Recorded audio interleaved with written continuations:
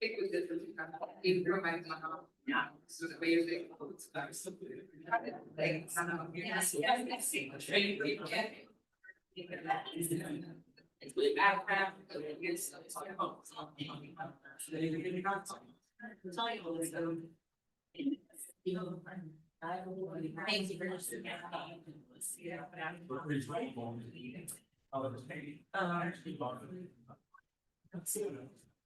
no, usually, that's fine. That's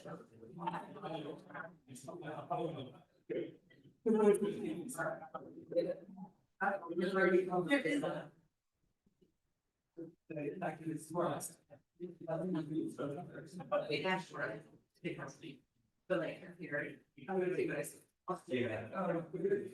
And like, so. It's really. I mean, you look at that and you have one, it's like, take a small go down, down bad, and I look at like. And. Singing. Pre-rolling, you father. Here.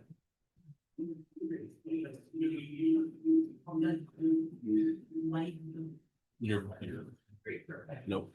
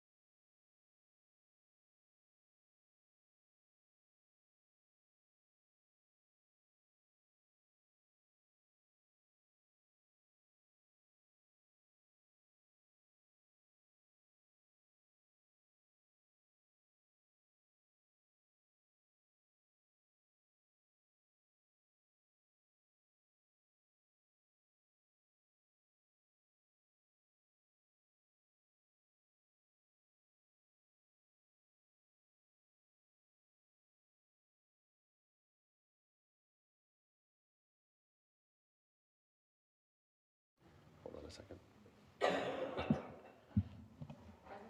Counselor Callahan. Vice President Lazaro. Present. Counselor Lemming. Counselor Mullane. Counselor Scarpelli. Present. Counselor Singh. President Beers. Present. 7 present, none absent. Please rise to salute the flag.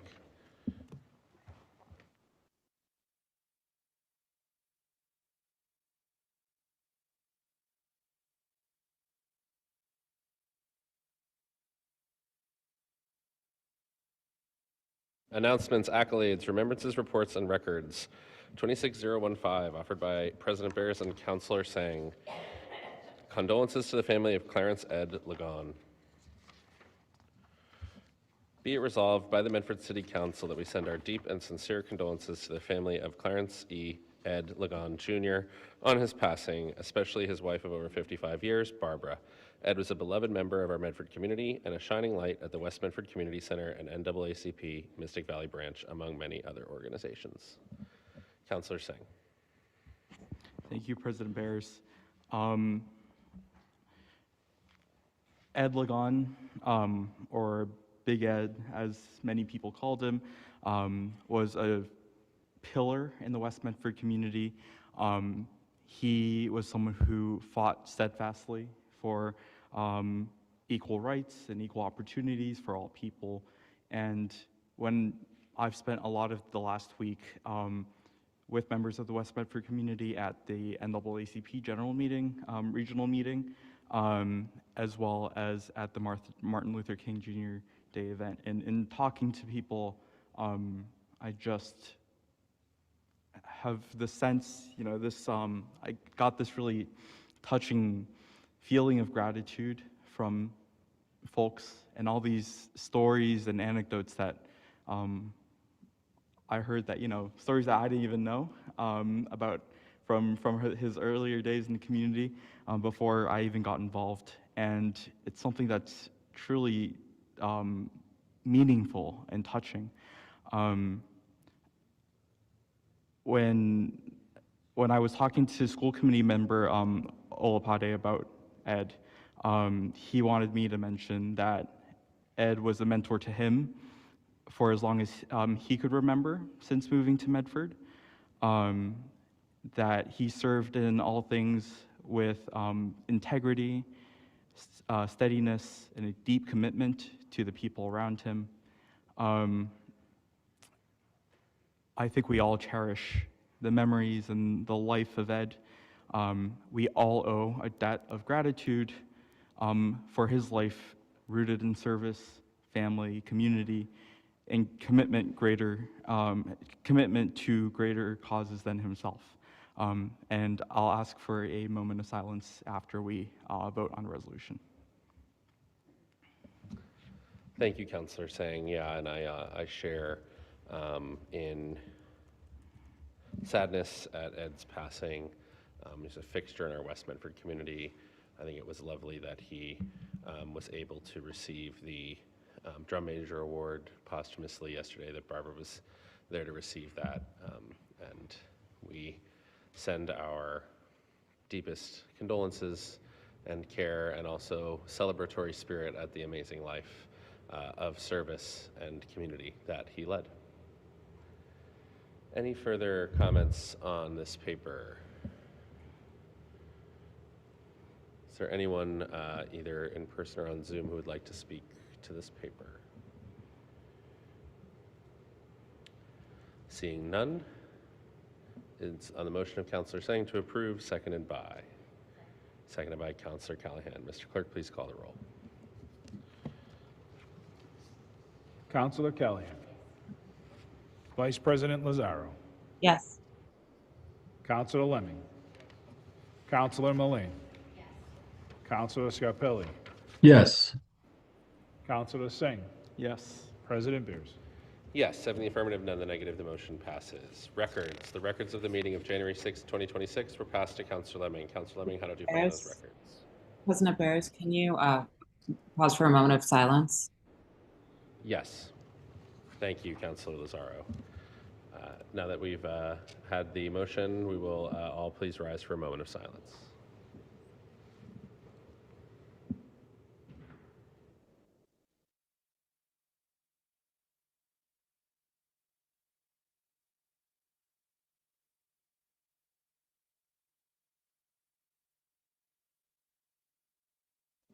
Thank you, and thank you, Vice President Lazaro. On the records, Councilor Lemming, how did you find the records? On the motion of Councilor Lemming to approve the records, seconded by Councilor Singh. Mr. Clerk, please call the roll. Counselor Callahan. Vice President Lazaro. Yes. Counselor Lemming. Counselor Moline. Counselor Scarpelli. Yes. Counselor Singh. President Beers. Yes, 7 in the affirmative, none in the negative. The motion passes. Reports of committees 26011 and 25149 offered by Council President Bears. Committee of the Whole, January 13th, 2026. Report to follow. We held a meeting last Tuesday on the change in our ambulance EMS service. We made a recommendation to the city that they put a pause on the change until some basic, simple questions could be answered. Answers were not provided, and the mayor indicated to the press, although not in any communication I received as a council, that she would not be heeding our request in any way. We also discussed the city clerk position hiring process. We did send a motion to our HR director to ask her to repost that position for 3 weeks. I don't believe we've received a response to that either. Or I think we received a response that it was received, but we haven't received a substantive response that that job had been reposted. On the motion, is there a motion to approve the committee report? The motion to approve by Councilor Singh, seconded by Councilor Lemming. Mr. Clerk, please call the roll. Counselor Callahan. Vice President Lazaro. Yes. Counselor Lemming. Counselor Moline. Counselor Scarpelli. Yes. Counselor Singh. And President Beers. Yes, 7 in the affirmative, none in the negative. The motion passes. Petitions, presentations, and similar papers. 26016, petition for a common victuals license. K&C Made LLC, DBA Annie's Pizzeria.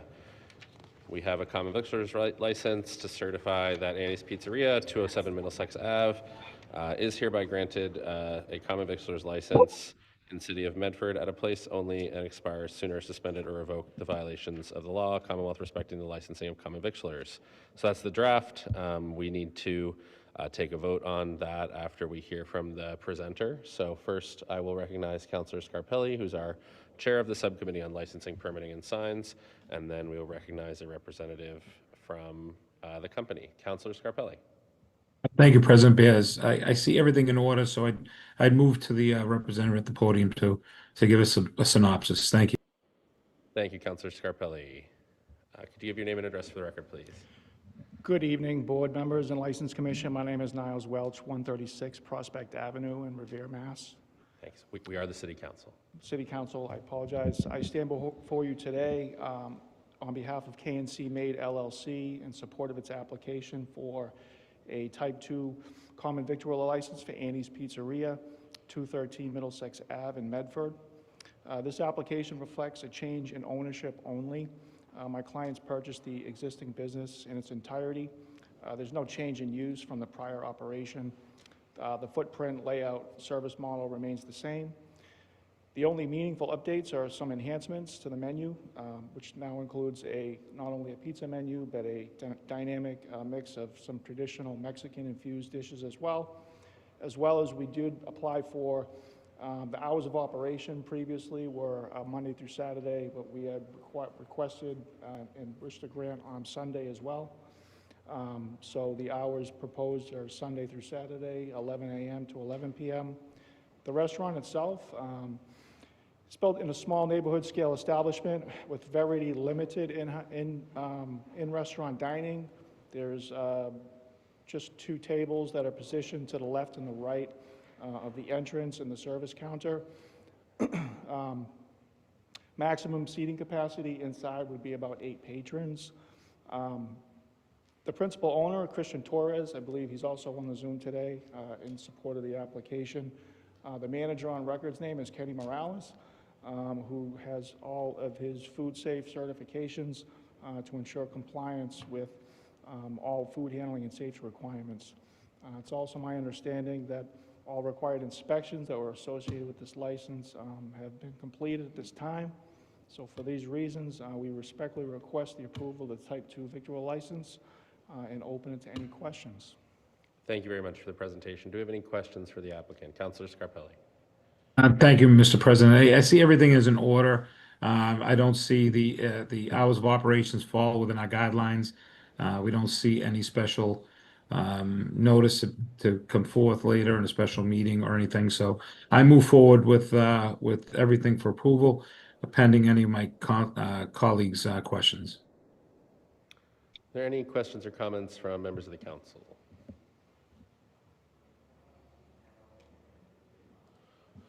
Seeing none, on the motion of Councilor Scarpelli to approve, seconded by Councilor Lemming. Mr. Clerk, please call the roll. Councilor Callahan. Vice President Lazaro. Yes. Councilor Lemming. Councilor Mullane.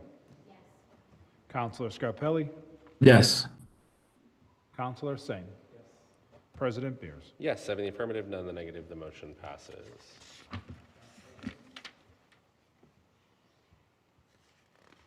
Councilor Lemming. I'd like to motion to take papers, to suspend the rules and take papers 26020 and 26021 out of order.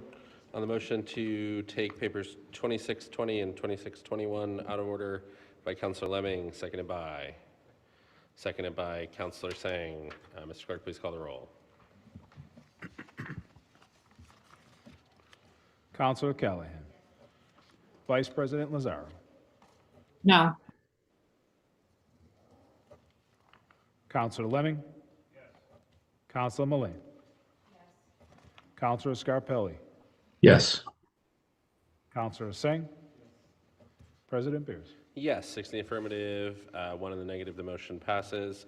We're going to take 2 procedural matters relatively quickly. We know there's a lot of interest on Zoom and some folks in the room as well for 26017.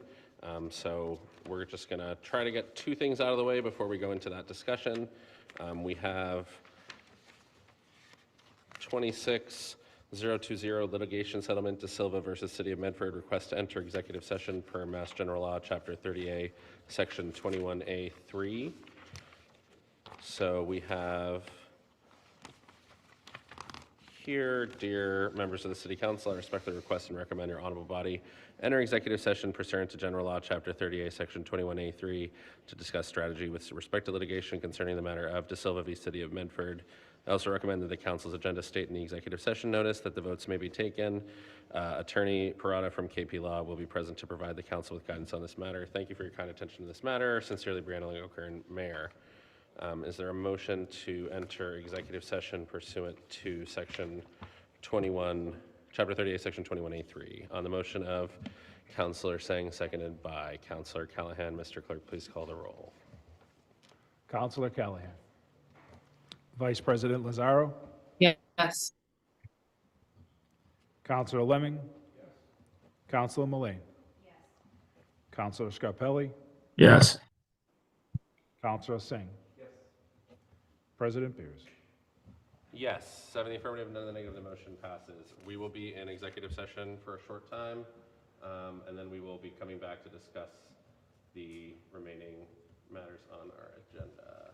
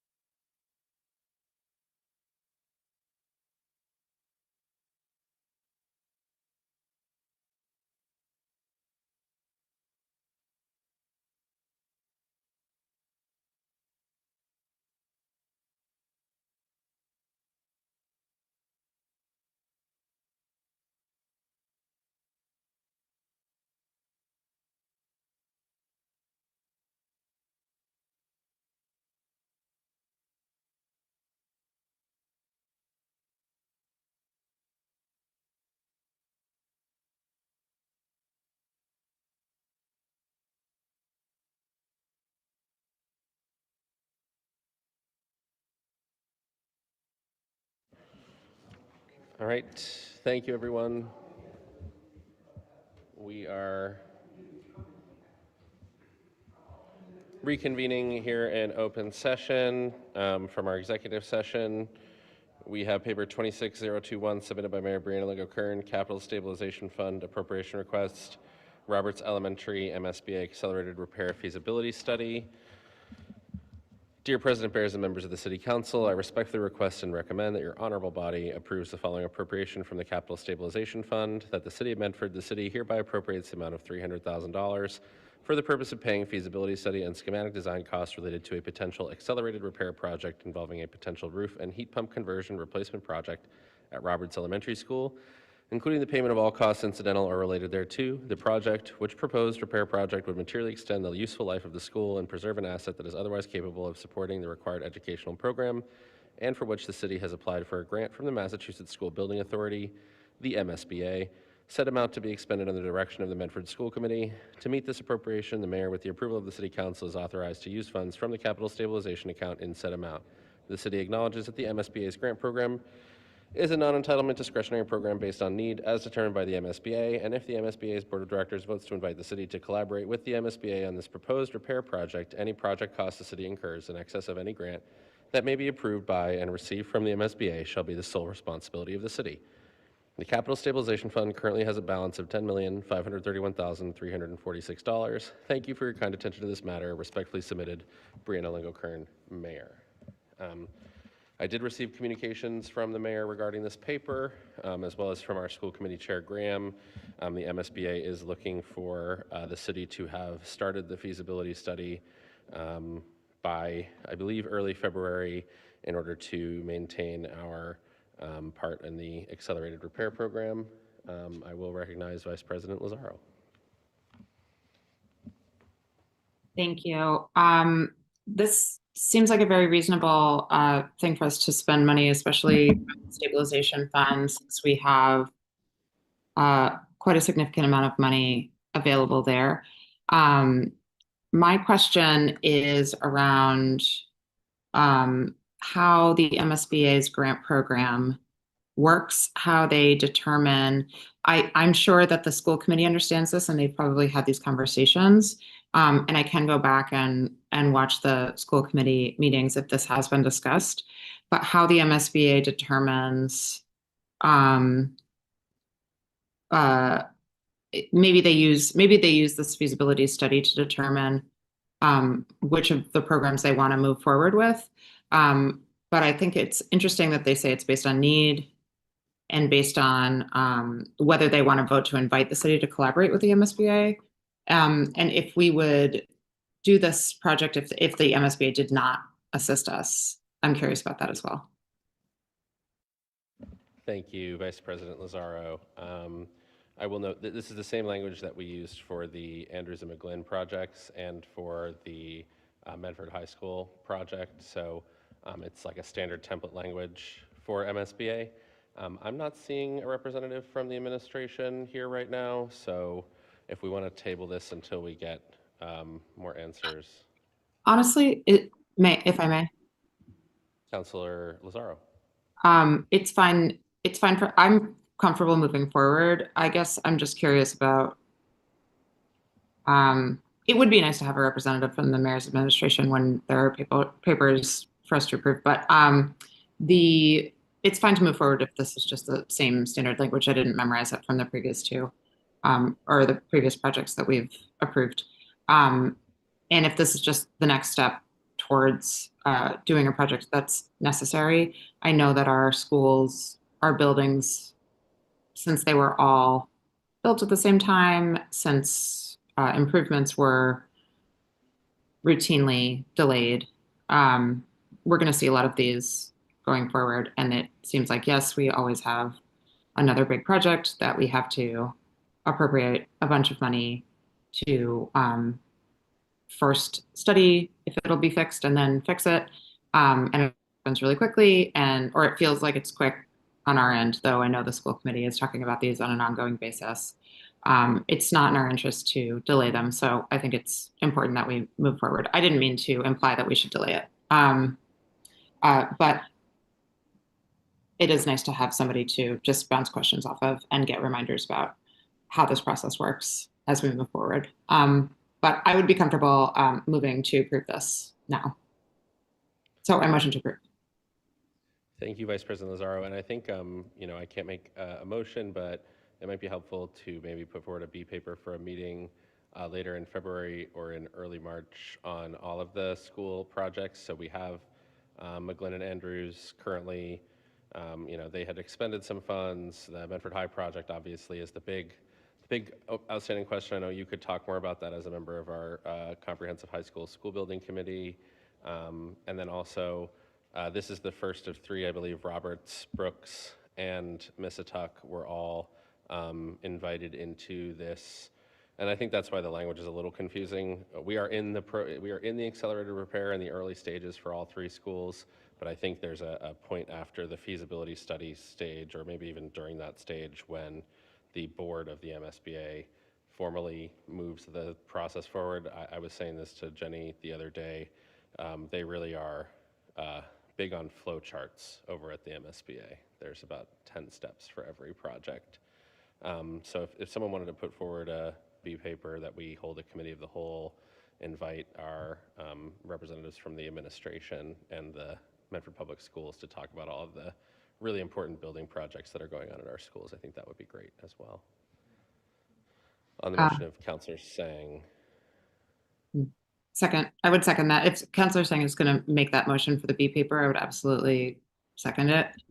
I do think it would be really helpful for the city council to have our building projects laid out with estimates for the costs, just so that we, even if we can put it on a timeline. I know that the high school building committee that I meet with on a regular basis, the timeline is so complicated and dense and involves so many different elements that the other schools also having, a new layer to it can be, it's very involved. But it's nice for us to see it laid out. And I think it would be useful, as long as it didn't feel like it was too many redundant meetings. And maybe it's just a matter of the school committee holding something similar to that, or maybe they have a building subcommittee that we could attend, just to see what their plans are, or what the needs are, because I know a lot of us have talked about at different points funding the schools as one of our first priorities, and making sure that that's something we don't lose track of in the course of governing, that funding the schools needs to be a high priority for Medford. Thank you, Vice President Lazaro. On the motion of Councilor Sang, seconded by Vice President Lazaro, to hold a committee of the whole meeting and invite representatives from the city administration and our Medford Public Schools to discuss the several school building projects that are either in progress or on track to begin. Mr. Clerk, please call the roll. This is on the B paper. Councilor Callahan. Vice President Lazaro. Yes. Councilor Lemming. Councilor Mullane. Yes. Councilor Scarpelli. Yes. Councilor Singh. President Beers. Yes, 7 in the affirmative, none in the negative, the motion passes.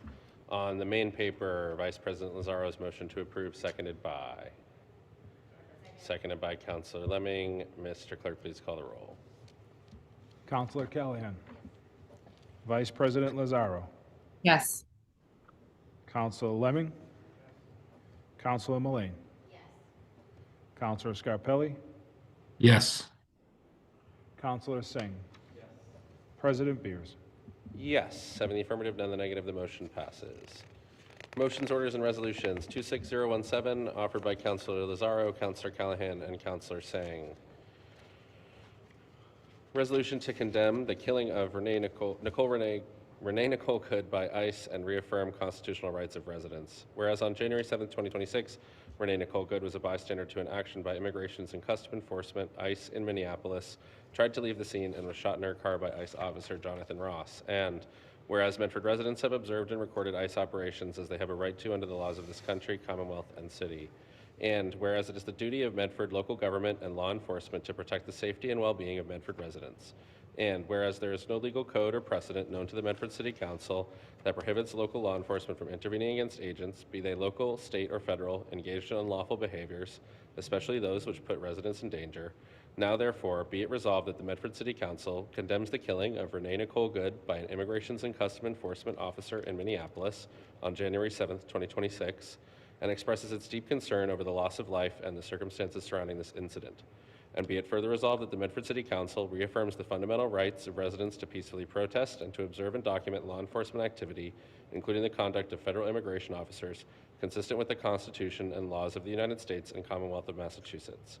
And be it further resolved that the Committee on Public Health and Community Safety is directed to work with city administration and local law enforcement to review and develop strategies, protocols, and responses that protect residents' rights to peaceful protest and lawful observation and preserve public safety and community trust. Be it further resolved that the Committee on Public Health and Community Safety is directed to work with the city administration and local law enforcement to develop and articulate to the public a clear policy governing responses to active ICE actions within the city of Medford that prioritizes resident safety, security, and rights over untested, unsupported, or otherwise ambiguous and uncertain interpretations of law. And be it further resolved that the Committee on Public Health and Community Safety is further directed to engage with community groups, residents, and relevant advocacy organizations to identify best practices and preventative measures to reduce the risk of similar incidents occurring in the city of Medford. Councillor Sang. Thank you for reading that, President Bears. I'm a city councilor here in Medford, and that is a profound honor for me.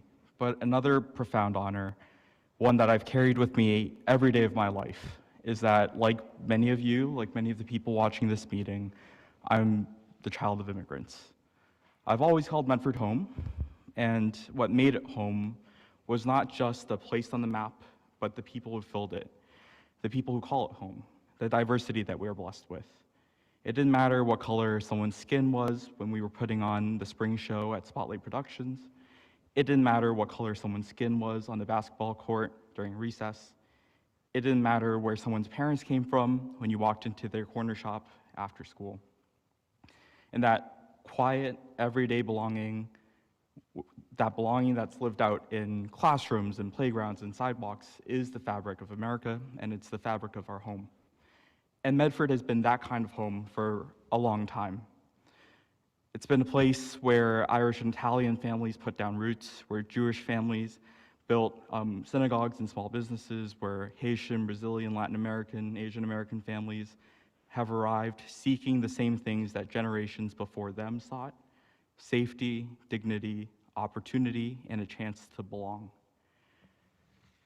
Different languages, different traditions, different journeys, but the same hope, the same belief that this city could be a place to build a life. And today we see that that diverse fabric is under strain. Across our country, masked federal agents are showing up not as guardians of safety, but as instruments of fear.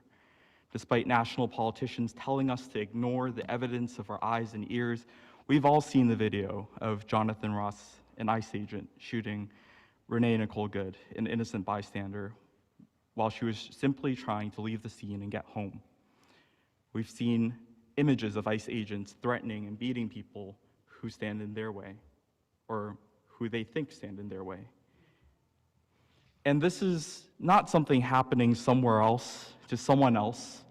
Even here in Medford, residents have watched members of our own community taken off our streets in broad daylight. For too many of our neighbors, fear has become a constant companion. Kids are afraid to go to school. Parents are afraid to drop them off. Immigrants are afraid to reach out for help from police, from city staff, because they fear that asking for help could lead to deportation. And ordinary residents worry that a routine drive home could turn into something unthinkable. Speaking personally, I worry about my parents. I carry my passport card with me because in moments like these, we're reminded that when power is exercised without restraint, without accountability, simply looking different can be treated as grounds for suspicion. But Medford has never been a city that surrenders to fear. We don't have to accept a world where hate defines our future. We don't have to accept a world where violence is normalized and accountability is optional. We don't have to accept a world where our neighbors live with a constant fear of being disappeared from their own community. Instead, we can choose something better. I've been deeply moved as a son of immigrants by the way that this community has responded, by the way that you all have shown up for one another. The vigil held before tonight's meeting is a reminder that Medford, the birthplace of the American Revolution more than 250 years ago, still understands what it means to stand for liberty, not just in word, but in deed. Because liberty, justice, and hope are not self-executing. They're choices. They're choices that we make together. This city has taught me something powerful, that when we stand together, when we imagine and dream boldly, when we act bravely, we can build a place where no one has to live in fear. That when local communities like ours lead, when we refuse to look away, we reclaim a measure of power that can never be taken away from us. That's the work that this city council has been doing. We know that real safety grows from trust, and we know that trust grows from partnership between this council, City Hall, our delegation on Beacon Hill, and the people who live in our communities and walk our streets every single day. We aren't powerless, and we aren't bystanders. We can do better, and we must do better. Tonight's resolution is about turning grief into responsibility and fear into resolve. It's about making clear to our residents in our community that Medford will lead with humanity, will lead with courage, and will lead with care. That we will protect the right to protest, the right to bear witness, and the right of every resident to feel safe in their own community. It's about building upon our work, passing a welcoming city ordinance and reforming our Human Rights Commission, and making sure that work is followed. History tells us that progress has never come from silence or complacency, but from ordinary people deciding that this moment demands action. I'm proud to be part of a council that understands that, and I'm grateful to be part of a community that's ready to meet this moment together. Thank you, Councillor Singh. Vice President Lazaro, then Councillor Callahan.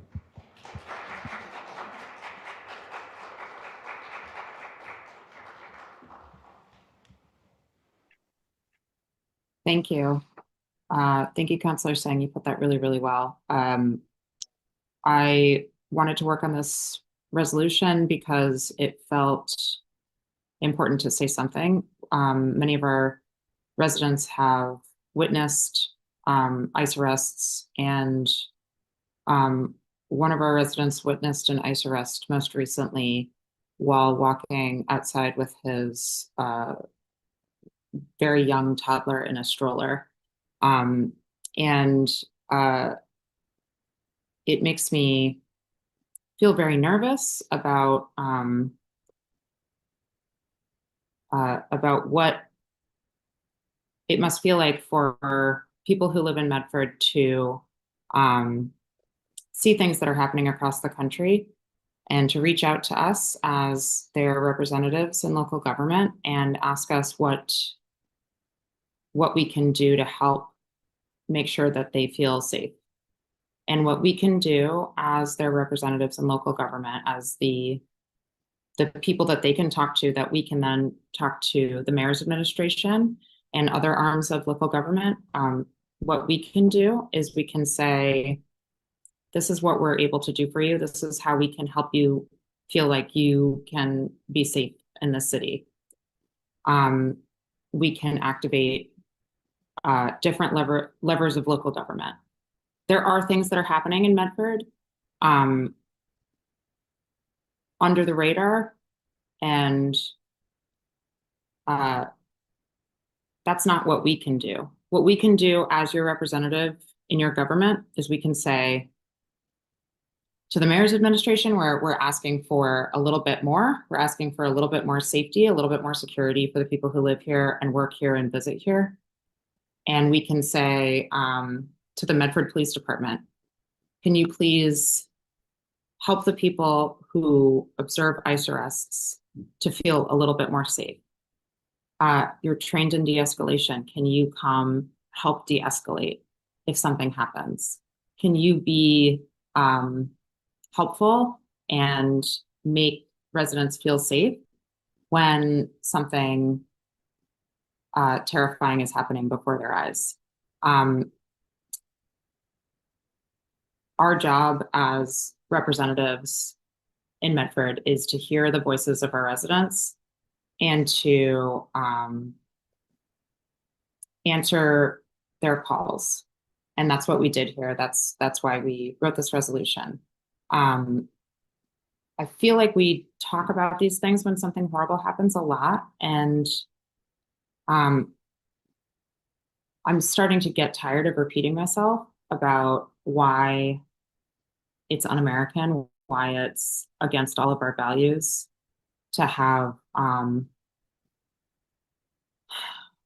rogue agents from the federal government picking up our neighbors and taking them away for no reason. And now it's so much, it feels worse and worse every week. But we're just going to keep showing up. We're going to keep trying to do the things that we can do to the best of our ability and within reason. We're going to keep trying to do the most good we can do to protect our neighbors and protect our friends and protect our families. We're going to ask the Medford Police Department to keep us safe because they are the law enforcement department for Medford. And Medford wants to feel safer. So I'm so delighted to continue to chair this term, the Public Health and Community Safety Committee. And I will happily hold as many of those committee meetings as anybody wants to attend, where we can talk about how best to go about this, how we can make everybody who passes through Medford, lives in Medford, works in Medford, visits Medford for any reason, how we can make everybody in Medford feel safe and secure, how we can make sure that all of the trainings that Medford police officers go through on de-escalation and public safety and how our incredibly well-trained police officers can use their powerful training to de-escalate situations where things have gotten out of hand. I would love to see that put into practice. So let's use that budget. Let's use our police department. If they're the good guys with the guns, let's have them be the good guys. Let's come keep us safe. I would really, really love to see that in action. And I would love to hold meetings where we talk more about it.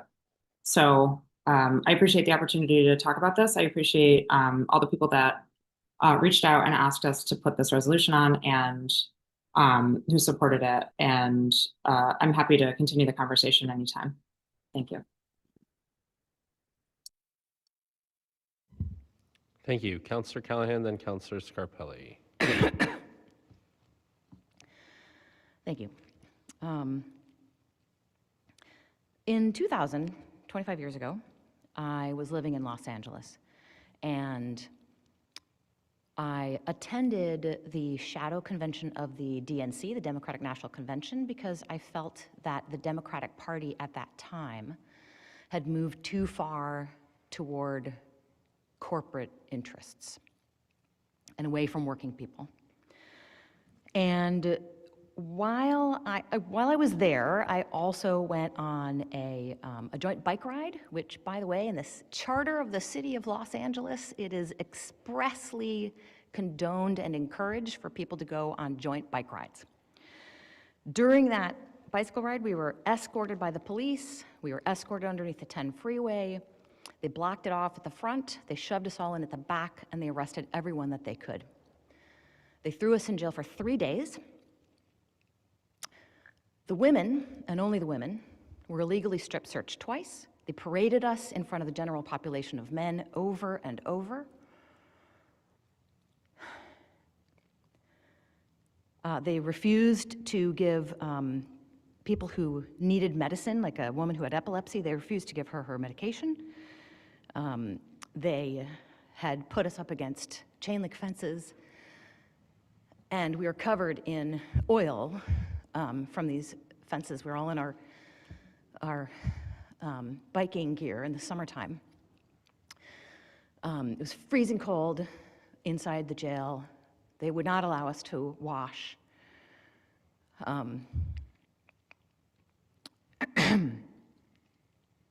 During the nighttime, during the 2 nights, they turned the lights on and off. They would wake us up. They would tell us they had to count us, that it was morning.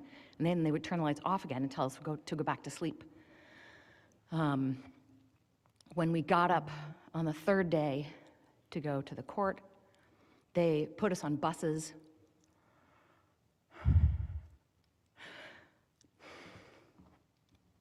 They drove us around for 2 hours, and then they dropped us off at the courthouse, which was across the street from the jail. Oh, sorry. They chained us with chains that handcuffed our hands and our feet, and then had a chain from between the hands and the feet. And then they drove us around for 2 hours to drop us off across the street from the courthouse. One of the women, her handcuffs that had been on her when she was first arrested were so tight that she ended up completely losing the feeling in her fingers, in 3 of her fingers on one hand, permanently. And 2 of the people that were with us had not even been on the bike ride. They were a professor couple. They were both professors at one of the local colleges, and they had been bicycling to work.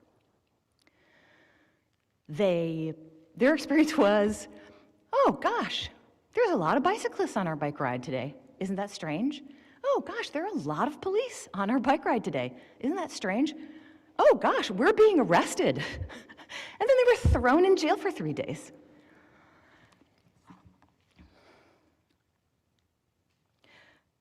I don't know how many people remember the Rampart scandal, but around that time period, the Rampart district in Los Angeles was, the police department there was basically completely lawless. And they were a judge determined that they were going to allow them to be charged under the RICO statute, which is for criminal mafia organizations. They ended up being convicted of many things, including planting evidence, illegal detentions, arresting people who were completely innocent, robbing banks. It was complete lawlessness. I mentioned this experience because I have been receiving emails from residents. And these emails are from people who are saying to me, I am not an immigrant. I have never broken the law. I've never been afraid of law enforcement in my life. And this was my experience in 2002. I believed in officer friendly. It was a shock. Every hour that I was there, I couldn't believe what was happening.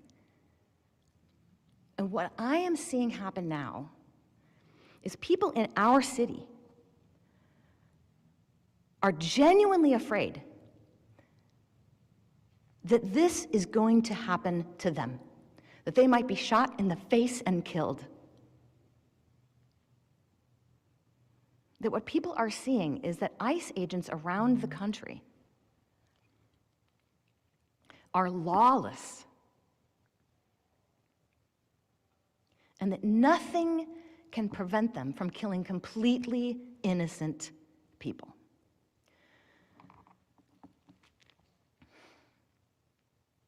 So I do hope that the administration will take this seriously. I think it is important that we can protect our residents. I unfortunately believe that there is some real possibility that the current administration will target the Boston area. And as people who know me may know, I do really like to engage people in the political process. And I invite anyone who is interested to reach out to me. I will be writing a motion or an ordinance. I'll be working with Councilor Tseng on this. I believe we should have something that at least puts in writing what law enforcement agencies are allowed and not allowed to do within the city limits of Medford. So I will be putting forward something that states both that they need to follow the Constitution in the case of search and seizure laws, but also that law enforcement agencies they cannot mask themselves. Our local Medford police, they take pride in their work. They have a badge, it has their name, they show their face. This is how law enforcement agents should operate. And I also invite people who are listening to this, people who care about this, people who have reached out to us and are concerned, please, I've said this before, please let us know anything that we can do to help, because I will say it is a very frightening time, and we are searching for ways that we can help. We are doing everything that we can. So I encourage people to reach out to us. We will do everything we can think of, but if you have ideas, please do let us know, and let me know if you'd like to help in writing the ordinance that I spoke about. I do think this is a pressing issue that we need to deal with. Thank you.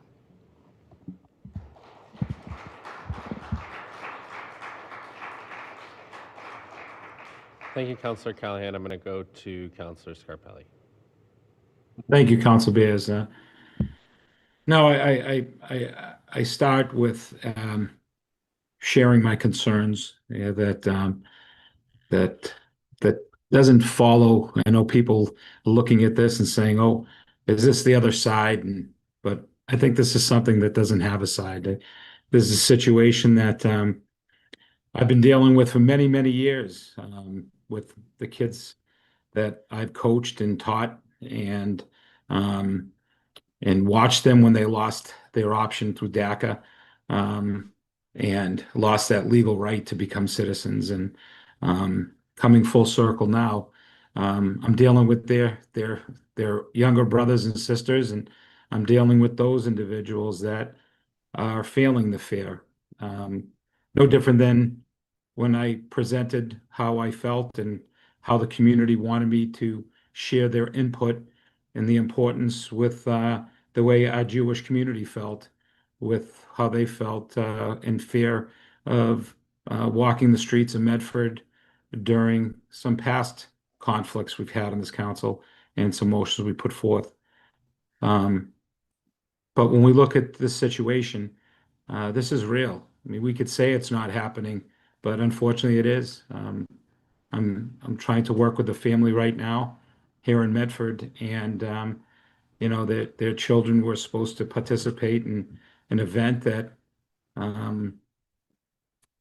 that they should be celebrating, but out of fear, they stayed home and they lost that opportunity. And that's not right. And I look at, I know it's easy to point at the police and maybe blame them and say they can do more, but they've come before us time after time explaining their situation, their limitations, or their knowledge of what's happening on the federal side. Mr. President, one person that we haven't heard yet, the leader of our community, I think needs to stand up and play her role. And I think whatever she decides, I think our community is looking for a leader. Our community is looking for the mayor to stand up and say, this is what we need to do, with more of a stance, more of a belief in what we should be doing, and at least guide our neighbors that are in fear that they need support. And again, this doesn't matter what side you're on or how you feel. And I think my colleagues have said it best that Medford's a very diverse community, and we love Medford for its diversity. And I've been a beneficiary of it. There was an article back when I was coaching the high school soccer team. They called my team the United Nations team. I believe we had 16 different nationalities with 16 different languages, and we had so much pride with that. And the kids were so proud to be Medford Mustangs. And I want to bring this full circle because I know we talk about it's not in our neighborhood today, but our neighbors are telling us that's how they feel, and they need us to stand up and be accountable. And I asked my colleagues to implore the mayor to stand up and really help us, guide us. And I think my colleagues have put it best when they said, share the guidelines that our residents know, that communication level that we've been lacking so much of lately in this community. Find an avenue to help. I've been working very hard in my neighboring community where we have identified avenues that I can work with as a program developer in Parks and Recreation to guide families to Sawyer, where they're working directly to find attorneys to make sure that families are protected. I mean, I think that's all people are looking for. They want to make sure that the people that are in power, and believe it or not, there are a lot of people that have just come to this country or weren't born in this country, look at our body and look at us with much respect and honor, and they look at us for that guidance and that leadership. And the least we can do is give them the opportunity or give them the knowledge of what they can do and where they can go for support. And so this is like we've talked about. It's difficult because the police have told us what they can do and their limitations and what they're mandated to do. And they do have pride in what they do every day. But at the same time, I think the mayor has to come out as a leader of our community and be more on the forefront of this concern. When you see the emails and the questions and the fear that are coming to us in emails and phone calls. So again, stand up, be a leader, and let's put something together that we can all be proud of so we can support our neighbors that are in fear. Now, it's easy to say that we have neighbors that feel like this isn't happening. And the truth of the matter is a lot of people aren't seeing it. And they don't see it in Medford. But it is happening. I can attest to that. We need the power of the mayor's office to stand up and put a plan in place that would give those residents that are in fear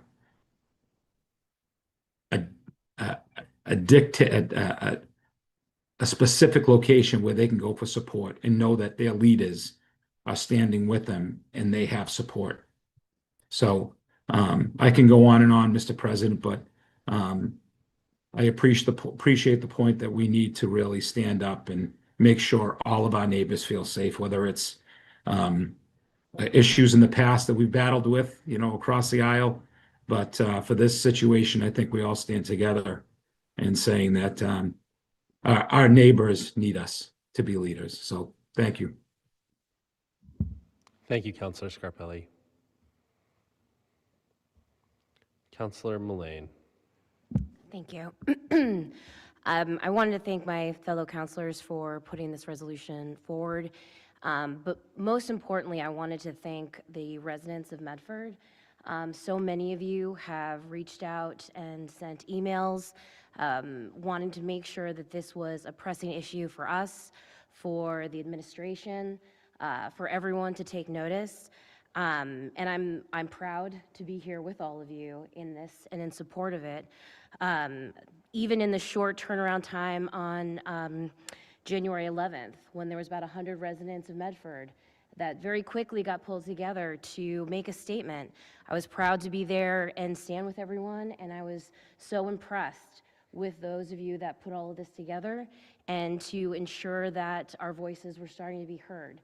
And I want to continue to say, please keep doing that. Please keep pushing that forward. You have obviously the support of many of us here. This is an incredibly important issue. It's unbelievable that we're facing this, but I have to say, seeing how quickly and how supportive so many Medford residents have been to get something done and to protect our neighbors, I'm just so impressed, and I want to thank all of you for that as well. So thank you. Thank you, Councillor Mullane. Councillor Lemming. Nothing to fear but fear itself. Thinking about that quote a lot the past few days, FDR, which isn't entirely true in these circumstances, but there are important elements to it. When you see your country slowly descending into authoritarianism, it's important to understand that fear is a major element of that. When people are scared, they're more complicit. It's easier to control them. Showing an example from our elected officials that we're not afraid, statements do a lot to ease that fear, does a lot to make the populace a lot harder to control. It's a very important element to understand here.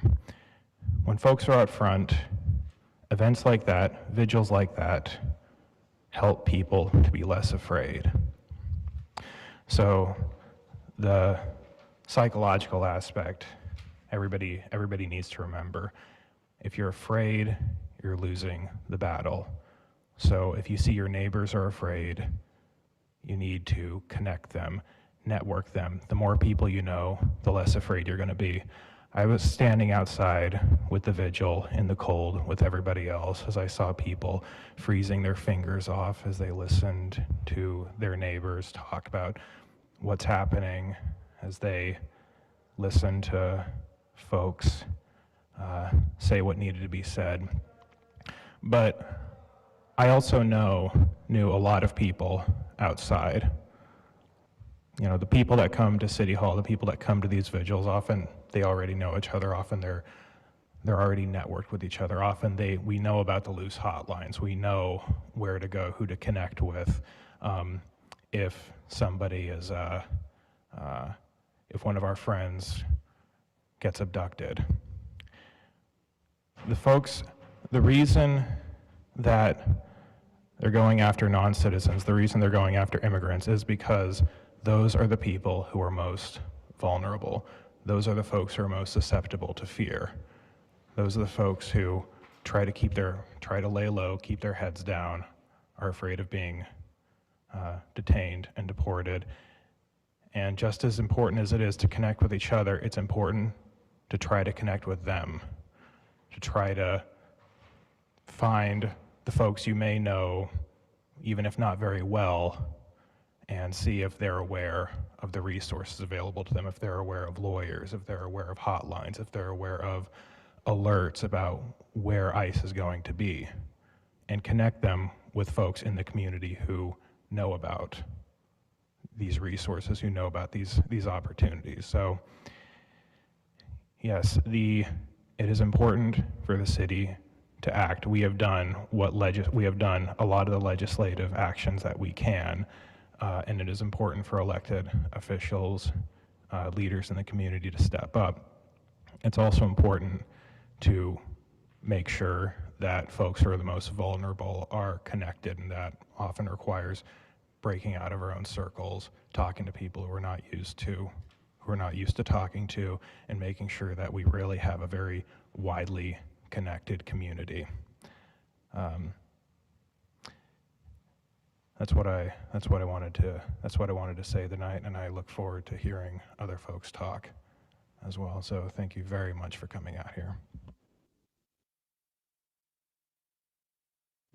Thank you, Councillor Lemming.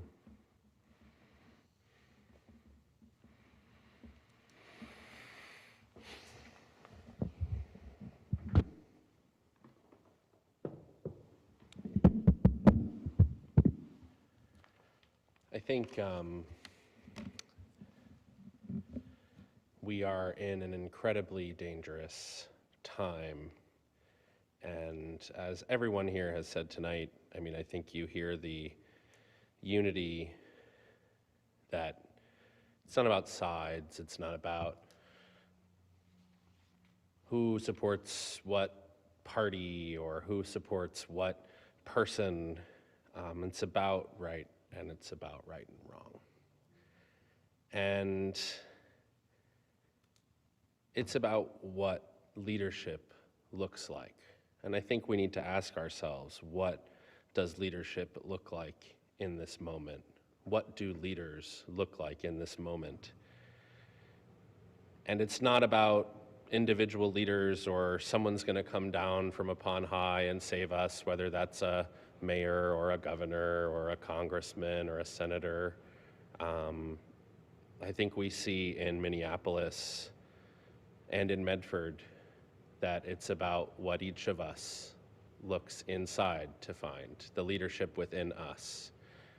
We saw hundreds of people standing in the cold tonight here in Medford saying this is wrong. We saw city councilors and school committee members.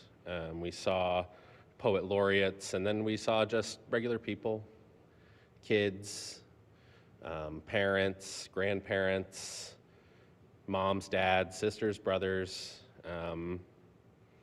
people who've lived here for a few months, people who've lived here for 50 years, all coming together in the cold because they're scared, but they know that things can be better and they should be better. I was really inspired by what our poet laureate Max Heinig said tonight, not just calling this what it is, a police state rising, authoritarianism, what Councillor Callahan described her experience, we're seeing in multiplicity in Minneapolis. I mean, just the stories that you hear, the fear on the streets, the thousands of people, ICE at every corner, jackboot masked men acting with quote unquote absolute immunity in the name of their dear leader, not in the name of the Constitution, certainly targeting the most vulnerable, but more and more and more with impunity, targeting anyone who stands in their way, not only abducting them and imprisoning them and dehumanizing them and stripping them of their basic human rights and decency, but shooting them. And there are words for that, words like brown shirts and Gestapo and martial law. And today we saw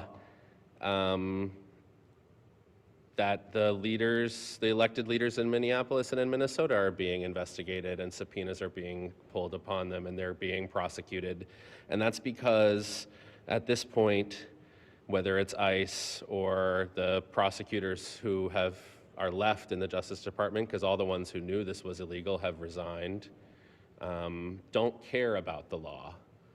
And when we talk about what leadership looks like, yeah, it's important that we passed a welcoming city ordinance to put our non-cooperation policy into the law. And yeah, it's important that we believe in the rule of law, but I think we also have to recognize in this moment that the people at the highest levels of power who are using public money to create a militarized police force to suppress dissent and take away our rights to free speech and assembly, they don't really care about the law very much. And so if we say and we stand by, whether that's this group on the city council or the leadership in City Hall, and we say, well, the law says that we can't do anything, then they're going to come here and they're going to do what they want to do because they don't care about the law. And when they don't care about the law and we do care about the law, and they don't care about the law to do whatever they want, and we do care about the law to stop ourselves from fighting back, that is when what Matt said wins, right? That's when authoritarianism wins. Whether it's complete ignorance of the law or manipulation of the law or passing a law that says we can do whatever we want, that's when authoritarianism wins. So I understand and I respect that it's a difficult moment and a difficult position, for people who have spent their lives devoted to the rule of law and believing that the law will eventually uphold justice to come to grips with the reality that that may not be true right now. And I don't think we're going to solve that problem here tonight, but I think we need to start having the conversation about what it means when a lawless, militarized police force starts coming into communities and throwing people into vans and beating them up and shooting them. And that maybe the law will not be, our devotion to the law may not stop that from happening. So I think that's important. I think we've entered a new phase of that conversation as a country and here in Medford. And my hopes are, I know our state delegation has filed some bills at the State House, and I think that's great.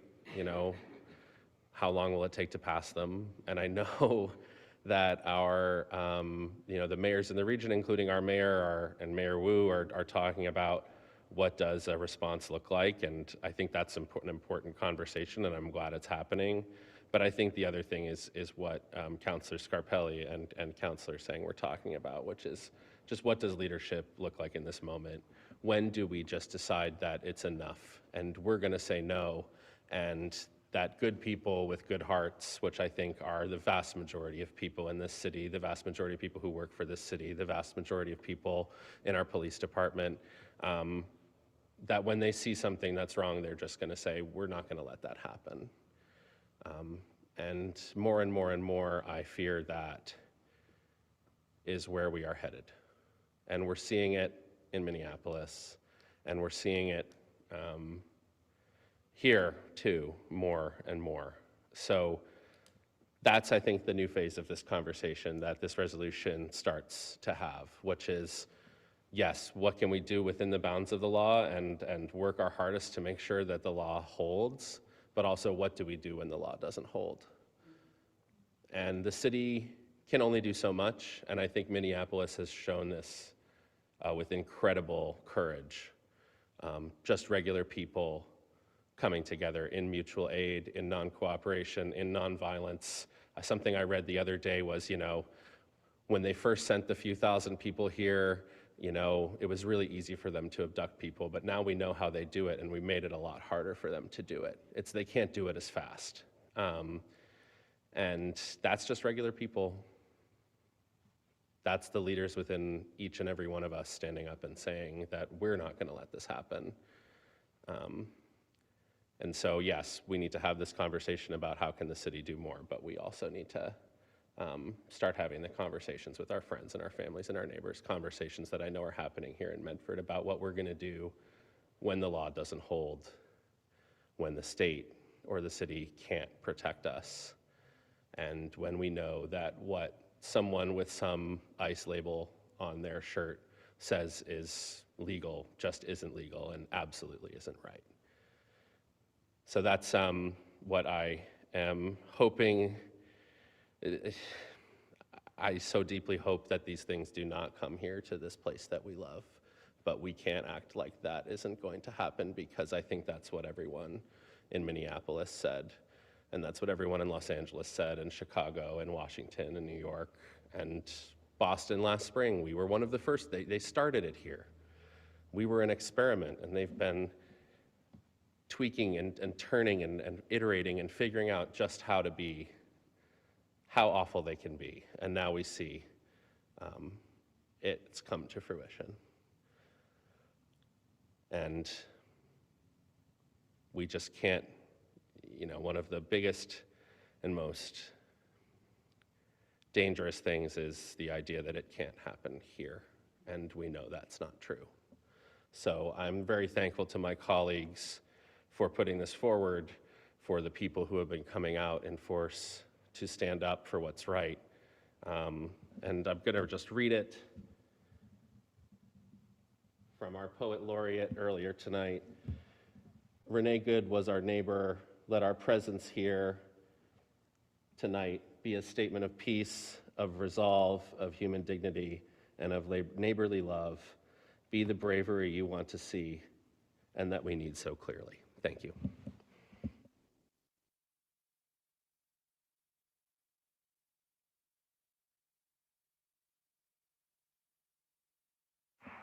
Are there any other comments from the City Council at this time?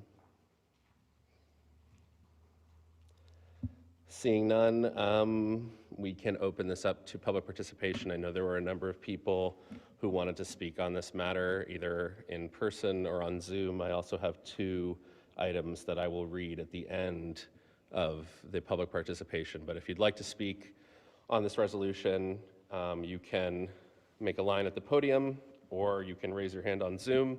We will alternate between in-person and on Zoom, and each person will get 3 minutes. We have someone at the podium, and we'll take you first. Micah, it's you. Name and address for the record, please. You have 3 minutes.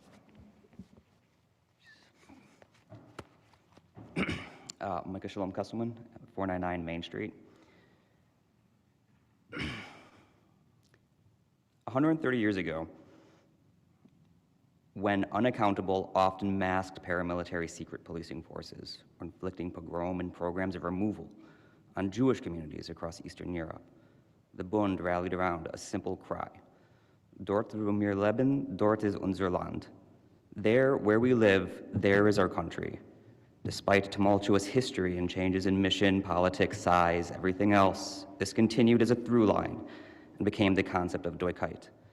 The idea that where we are, no matter who we are or where it is our home and our neighbor's home and our community's home. We now live in a time where unaccountable, masked thugs are violently inflicting a program of removal of people from where they have made a home for themselves, a brutal and cruel expression of hate inflicted on our communities and our neighbors, our friends and our families, at the quivering behest of would-be autocrats, authoritarians, and yes, even fascists.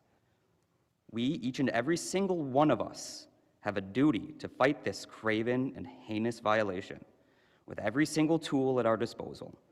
This resolution tonight is one such tool, and I applaud it. But there are more things that can be done.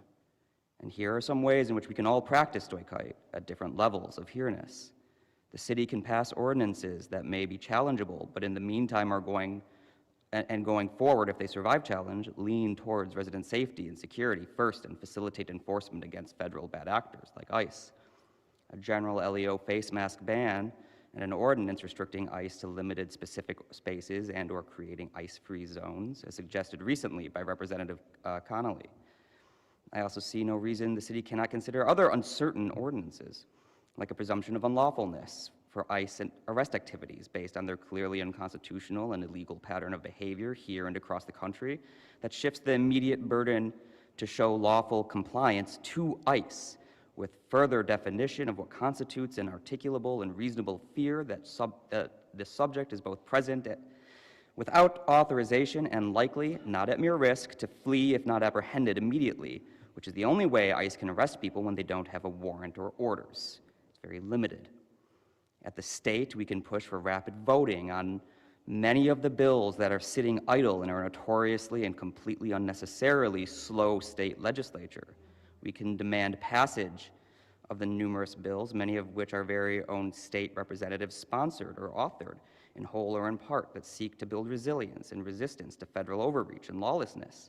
These bills include H-1588, Dignity Not Deportations Act, H-250/S-1681, the Safe Communities Act, H-1954, Immigrant Legal Defense Act, SD-3574, and that might be wrong, so double check it, an act ensuring law enforcement identification for public safety, and more. You can also push the State House to leverage the tax code. Federal employees are still subject to state income tax after all, and maybe we could even recoup some portion of that federal funds stolen from our state by this lawless administration. Personally, in our neighborhoods and circles, on our streets and over our backyard fences, we can get to know each other, care about each other, and learn each other's names, and be willing to stand between your neighbor and a federal thug trying to disappear them into a vicious and deadly system. sign up with organizations and mutual aid groups, and be willing to have perhaps hard and scary conversations. Ultimately, we can all patrol and protect our neighborhoods. Come and grab a whistle from me and alert your neighbors to danger in their community. I will be handing them out in the back. And we live in a country where violent aggression may be countered and reciprocated with equal force. I'll just say that if anyone wants to acquire their rightful license to a firearm and do not know where to go or how to go about it, you can reach out to me. I can be and have a private conversation. I can direct you to local resources here in Medford, or I can direct you to regional resources that prioritize BIPOC, LGBTQ, and other at-risk and marginalized groups for licensure ahead of others. We are communities. Each and every one of us are the final backstop to protecting our communities. Thank you. Thank you. We'll go to Steve on Zoom, and then we'll come back to the podium. Steve, and you should be able to start video now. Steve, name and address for the record, please, and you'll have 3 minutes.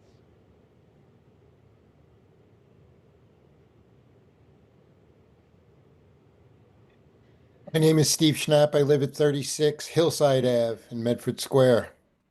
I'm in support of this resolution.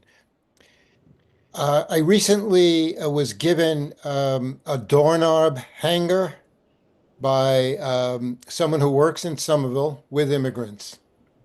This is a sort of a know your rights card that is intended to be placed on the inside of someone's outer door as basic know your rights information. But it also contains, under a section called important phone numbers, this sentence. This is from Somerville. Call 911 if ICE comes to your door. Somerville police will verify if they have a real warrant. I'm hoping that this council would support the city administration in doing something similar, and the Medford Police Department acting in the interest of the safety and well-being of Medford residents by verifying the legality of these ICE raids. If Somerville is doing it, there's no reason why Medford can't. Thank you very much. Thank you, Steve. We will go to the podium. A name and address for the record, please, and you'll have 3 minutes. Hello? Hi. Hi, my name is Nihit Trivedi. I'm actually a resident of Cambridge, but I appreciate you having me here today. I just want to say first, inspired by what you all are doing here, and I think this is an important resolution, and appreciate the work that you're doing to put it forward. I was just inspired by what you all are doing to just share one tidbit, I guess, which is I had an experience where a good friend of mine was recently taken by ICE and deported, and he described it when I finally was able to speak to him 4 months later when he arrived back in Brazil, was that it was like being in a horror movie. His only words that he described, and he said he was with his mother and he would not talk about it in front of her and asked that we talk about it later. And there's obviously a lot that you've all spoken about here about what folks can do, what the city can do, and what folks can do as these agents are descending on our communities in the state. But I just also have been asking myself, what are the things that I can do in the day-to-day? And I think all of you are speaking about some of your experiences, and folks here too. And I just want to mention one organization that I've recently started volunteering with called Bijan, which is the Boston Immigrant Justice Accompaniment Network. And I'm just mentioning it for two reasons. One is for folks who are detained, for their families, the organization, and I'm a volunteer there, can provide accompaniment to hearings support with finding a lawyer, bond, as well as resources to the families to pay for rent and other things in the immediate aftermath of a family member being detained. And two, the organization is, is a network of volunteers. And so I understand there are people publicly who are listening, so if folks are interested, I would just encourage them to Google Bijan, Massachusetts, and check it out. There's also a phone number there that people can call if their family members or others have been detained. There are volunteers who speak different languages. I work with those who speak Portuguese, but there are others as well. So I just wanted to share that because I've always asked myself, what can I do? And that's one thing that I just want to share with the community, and is also, once again, it's a resource, and I just appreciate the important work you all are all doing in this difficult time. Thank you. Sorry about that noise.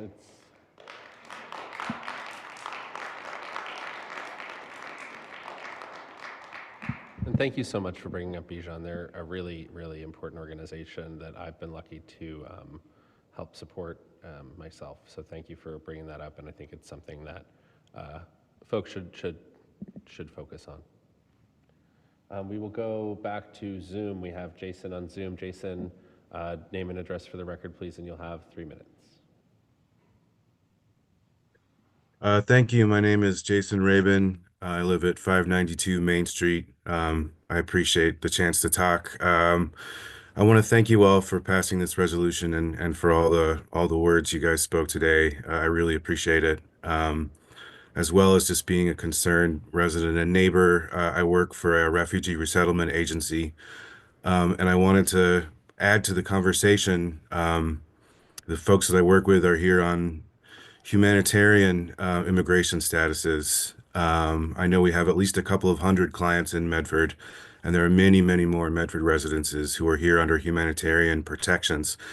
And that means that the federal government promised them safety and protection here for a number of reasons. In some cases, they helped the U.S. government and the U.S. military abroad. In some cases, they come from countries that were destabilized by foreign policy, including ours. And in many cases, there's been violence or natural disasters that have made their homes unsafe to live, and the United States has promised them safety and protection here. And we've seen something really, really unprecedented recently, which is a lot of these humanitarian statuses being restricted, revoked, or simply not honored or flouted when the federal government has chosen a population that they didn't want to be here anymore, who they wanted to inflict collective punishment on. This is a really, really terrifying development. I can tell you from working with refugees and other folks with humanitarian statuses that, they are truly amongst the most patriotic Americans you'll meet. They love this country. They'll do anything for it. They're proud to be able to work here, raise their families here, and start new beginnings here. In Minneapolis, we're seeing ICE with mandates to identify people of certain nationalities regardless of their status, sometimes because of their humanitarian protectives that they were promised by their government. And they have quotas and are promised bonuses if they round them up, even if they're later released. And a lot of these folks, if they end up being deported, they will face death. They will face horrible, unimaginable retaliation against them and their families. I think a lot of these folks also are being threatened with having their statuses up for re-adjudication unfairly, which re-traumatizes people who have recovered from incredible hardships to contribute to this country. I could go on and on about this, but I think the point I really wanted to make was these are people that the federal government has broken faith with, broken contracts with, that thought that they had legal protection that no longer do. We've seen that that's now the case for American citizens, including people who are born here and are bearing witness and are protesting. I had more to say, but I'll leave it there and I think we need to be... You can finish it out. I wanted to say that I've watched this government take an all-of-government, very, very creative all-of-government approach to persecuting immigrants that they didn't want to be here. And I think on the other side, we need the same kind of very creative all-of-government approach to protecting people that we have promised safety to. And that includes looking at not just the things that we've already talked about, but things like people being surveilled, things like information sharing, making sure that people understand the protections that they have, making sure that we do not share information that we don't have to share with the federal government if they're targeting people unfairly. Things like Steve mentioned with asking the police to verify warrants. I just also wanted to mention really quickly that there are many, many Haitians living in Medford.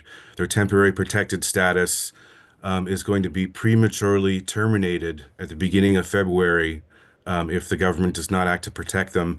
In Boston, there was a field hearing about this. It would be wonderful if the city council could pass a resolution opposing the premature termination of TPS in support of the efforts that are happening in Boston. Thank you. Thank you, Jason.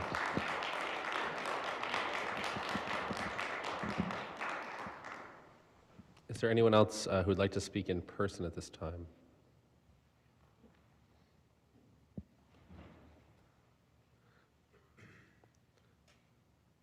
Thank you. Name and address for the record, please. My name is Claire Sheridan. I live at 190 High Street in Medford. My Haitian neighbors across the hall from me disappeared. They were here legally. I don't know whether they self-deported or not, but they're gone. My nephew lives in Minneapolis, where Ms. Good was murdered. They're frightened. The schools are closed. He's a school teacher. They're teaching on Zoom now. I'm an old white lady, so I don't have anything technically to be frightened of, but I am frightened. Madam Mayor, I would like you to be a leader and show some leadership and lead us out of this nightmare. I know the police are in an awkward position, but I want you to help them to do the right thing. Thank you. Thank you.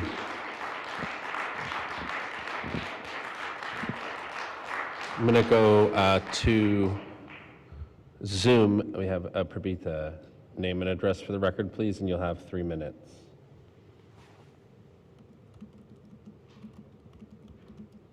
Hello, I am curious if I have to turn on the camera. You don't have to if you don't want to. Okay, sounds good. Thank you so much. Thanks for the opportunity to talk. I live in West Medford. I am very grateful for this proposal from the City Council. Definitely very supportive of this. I've been a resident in Medford from 2019, and we have a lot of friends and community support here. We love living here, love the neighborhood, love the community. Yeah, we've definitely enjoyed. We lived in Cambridge before. However, we have faced several racist encounters before. But sadly, those encounters seem like nothing compared to what we are feeling now. When all of the ICE raids began, my husband and I were, we weren't that shaken up. We were definitely very empathetic and sad for the situation and the plight of our other, fellow people all over America. But we thought personally we were okay because we are legal. But given how things are shaping around us, we are not feeling very safe or settled right now, especially given some increased activity in our neighboring town, Burlington, to be specific, where we frequently visit. So, just sharing some of our personal kind of considerations that we are going through. Should we both walk together? If my husband, who's famously been targeted by, been the target of several racist incidents, I was like, if he goes away by himself, is he going to come back? So those types of fears are something that we're dealing with right now, and we would really hope and appreciate that the mayor, like everyone else, more qualified than I have said before, to lead us in the right direction. Thank you. Thank you. We will go back to the podium. Name and address for the record, please, and you'll have 3 minutes. Patrick Clerkin, 14 Bennett Place. As Councillor Callahan was mentioning before, sometimes within law enforcement, there is a anarchy that pervades, ironically, kind of a lawlessness within law and order, supposedly. And right now, what we're dealing with is, on the one hand, the sense that lawlessness pervades within law enforcement, and on the other hand, the sense that lawlessness pervades in our immigration system. And those two things feed off of each other. We're seeing examples of both. Lots of people have been impacted by both. And I understand and don't blame people for the degree of forcefulness that they think is necessary to confront the other side. However, I also think it's important that we maintain in Medford some forums, perhaps outside of this city council, this bi-weekly city council meeting, and outside of something that Medford residents might set up themselves, a forum that would allow those two sides of the issue to engage with each other in a way that they might not currently be doing. I think particularly at a time where our social media algorithms pump more and more of what we fear and what we find emotionally resonant at us. And I think if some of those forums were properly advertised, that would be an additional help to this situation. And I'll also add that to the degree to which we don't do that, I think it will only accelerate the worst outcomes and will only accelerate the mutual fear. And I think if we're not talking about the pros and cons of both sides, and there are pros and cons of both sides, I'm not talking about in the extreme cases, then we become propagandists and we become complicit in that fear economy.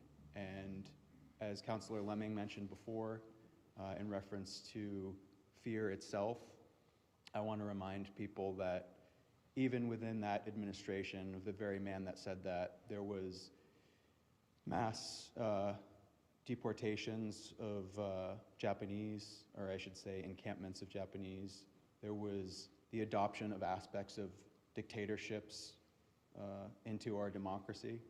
And there was deals made with the Deep South senators who that administration needed the approval of for the programs that prolonged Jim Crow itself. So all throughout history, there are difficult situations and complex situations, and I think we should fight the good fight, but keep in mind that there are other sides to the story, and we have to engage with those. Thank you. Thank you. We'll go to Munir Germanis. Name and address for the record, please, and you'll have 3 minutes.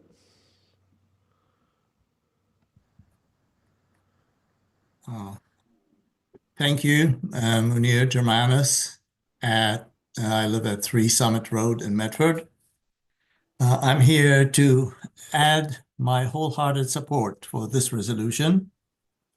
We've heard that our own Medford Police Department are powerless to stop these attacks, and that ICE does not let them know when they're coming to arrest or kidnap someone in Medford. But what I would like to add is I would like to ask the Medford Police Department to accept 911 calls when such incidents are happening, and to rapidly respond by sending an officer to at least witness what is happening and show that the Medford Police Department is in support of our community. Thank you very much. Thank you. Seeing no one here at the podium right now, we'll stay on Zoom. We'll go to Megan. Megan, name and address for the record, please, and you'll have 3 minutes. Yes, can you hear me? Yes. Okay, my name is Megan Searle. I live at 100 Station Landing. First, I am grateful to the City Council for acknowledging the urgent need to devise a plan for addressing an ice surge in Medford. Many of us already know that we are at imminent risk. Mayor Michelle Wu has already been planning for a surge in Boston. DHS is directing the kind of state-sponsored violence in Minnesota to other areas of the country, including Lewiston, Maine. And witnesses saw a raft of new ICE vehicles delivered to the Boston field office in Burlington a few weeks ago. What I want to focus on, though, is the aspect of this resolution that is about our constitutional rights. The resolution demonstrates the council's insight into the current state of the country and what it means for our community going forward.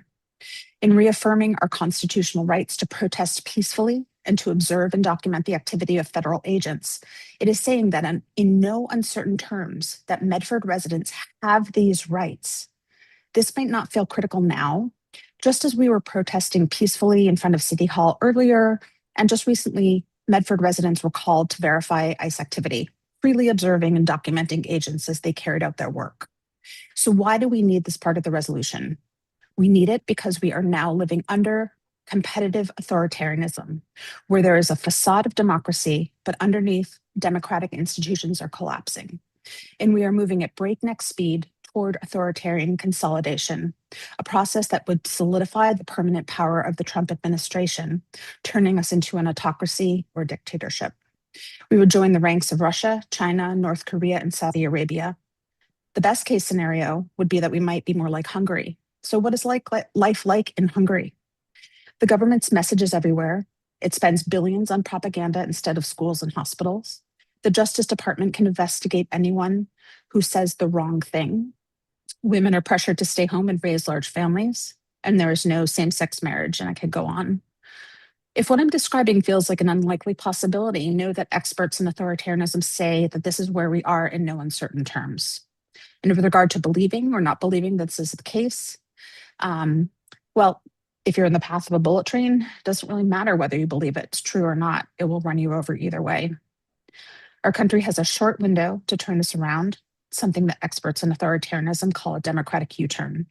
But if the upcoming midterms are hijacked such that we cannot prove and enforce our democratic wins, our chance of recovering our democracy plunges, and the length of time it will take us to get it back, if we can at all, multiplies. So when City Council affirms our constitutional right to protest and to document the actions of federal agents, they are empowering us to do what we need to do to slow down and hopefully stop authoritarian consolidation. It has become evident that we, the people, are the ones who have to turn this country around, and it's crucial that these rights are protected. While it's unusual for the activity of the Medford City Council to have implications for the future of this country, and I would even say the future of the world, this is the case now. The hope for the future of the American democratic experiment rests on communities like Medford and the actions of their leaders. Because the country is made up of hundreds and thousands of Medfords, it is up to us, community by community, to ensure the survival of our democracy. Thank you. Thank you.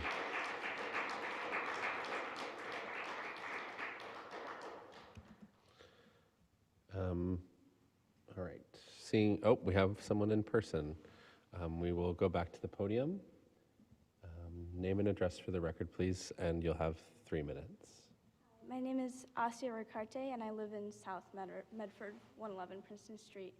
And I just wanted to say I'm in full support of this resolution because I feel that as young people in our community, we need to feel safe. Most of all, our families are doing what they can, but we need we need the support of the local government, of the Medford Police, and the people who are in power, the people who are supposed to be our leaders, to look up to. This resolution may be the start of that change, the thing that makes Medford stand apart from the other communities who are staying silent. In support of this resolution, I think recognizing the murder of Mr. Naygood is a good first step, but we also need to recognize the people in our own community that are being taken, the people in other communities, the regular, ordinary people in Minneapolis, and across the entire country. So, as a young person of the community, I am looking out to the leaders to speak up, to stand up, to say something, to vote, vote with all of our voices, and ensure that democracy in Medford stays the way that it is. Thank you. Thank you so much.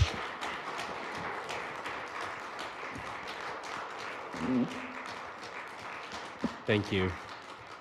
I'm going to go to Zoom. We're going to go to Mr. Castanetti on Zoom. Name and address for the record, please.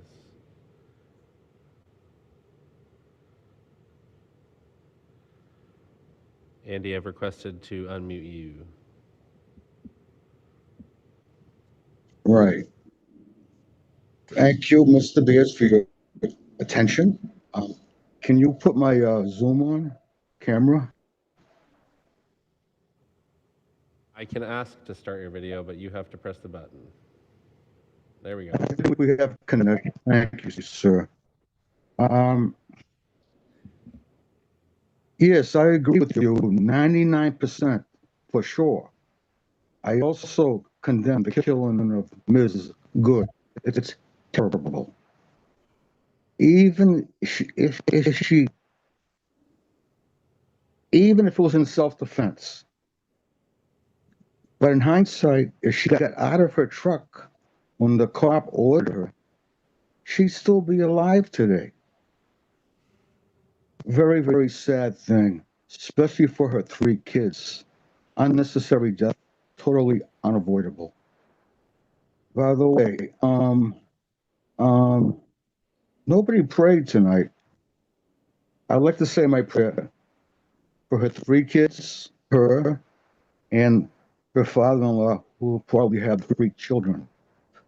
Almighty God, creator of heaven and earth, all sentient beings and more, please get me and all of us to do the best that we can, now, always, forever and ever, in our quest for eternal, blissful peace. Amen. God bless us all. Good night. Thank you. I'm going to stay on Zoom unless there's someone who hasn't spoken already who wants to speak in person.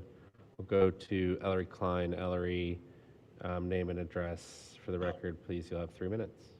Good evening. My name is Ellery Klein. I'm at 37 Fells Avenue in Medford. I'm in support of this resolution.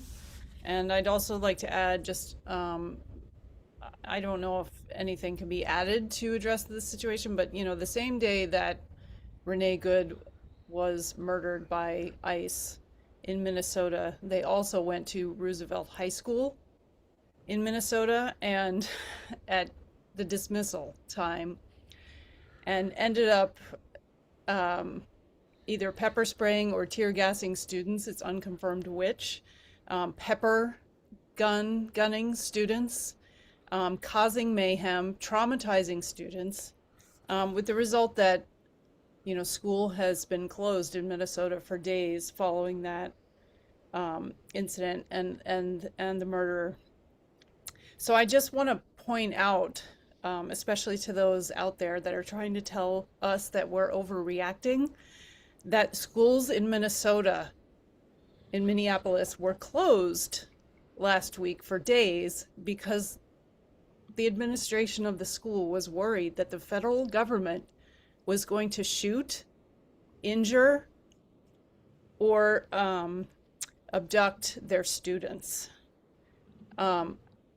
This is an unacceptable situation, and I think that we here in the city of Medford and the state of Massachusetts should be thinking proactively. I understand that our school administration is doing a lot to support our families, unfortunately, many of whom have already left or are hiding. So, you know, post-COVID, our students are still suffering the effects of the pandemic. And now we're dealing with a situation where the federal government is really ruining children's lives, traumatizing children. I'm just here tonight to speak out for the children and the students of Medford as a music teacher and a parent and a citizen who has watched our children bear the brunt of our government's bad decision-making and cruelty for over a decade now.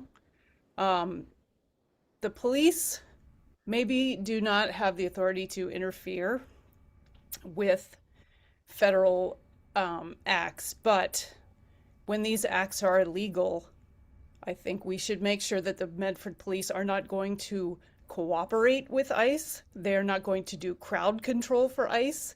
They are not going to hold people down for ICE. And I would like to make sure that this sort of thing is confirmed with them. I would like to see, I echo what other people say, that I would like to see the Medford police be a voice of reason. We've seen again and again on videos that ICE tend to respond to men who are out there, calling them out. I think our police have a valuable role as witnesses, as voices of calm, and also as checks. If a police officer is doing something illegal in the course of duty, I'm not sure what the role of his fellow officer is and how he can react in that moment, but just letting ICE know that the police here in Medford will be watching, they will be recording, they will be testifying against them in a court of law. I think that's important to send that message. We can do way more than say we can't do anything. We can let them know that we are watching them and that we care for our citizens, we care for our immigrant neighbors, we care for all our neighbors, and that we especially care for our children and our students who have been asked to endure learning loss and trauma again and again and again, and it is unacceptable. And I appreciate the statement, and I would love something about the school system or our students to be added to this resolution. Thank you very much. Thank you.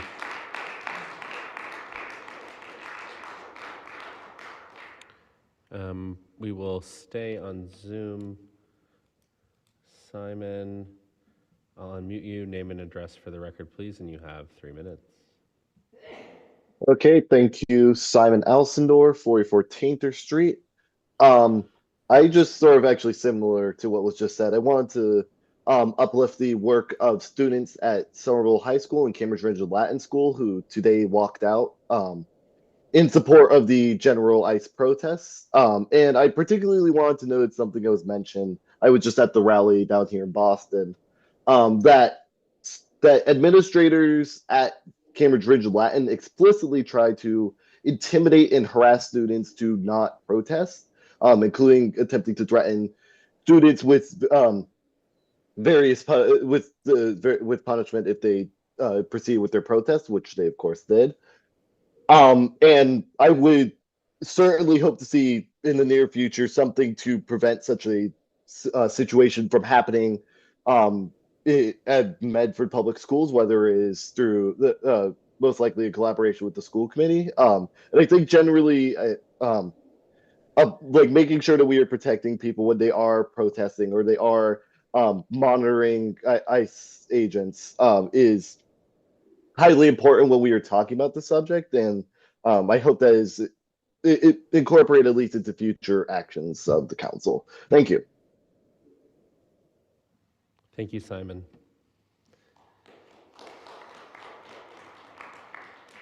Going to stay on Zoom. We'll go to Eileen Lerner. Eileen, a name and address for the record, please, and you'll have 3 minutes.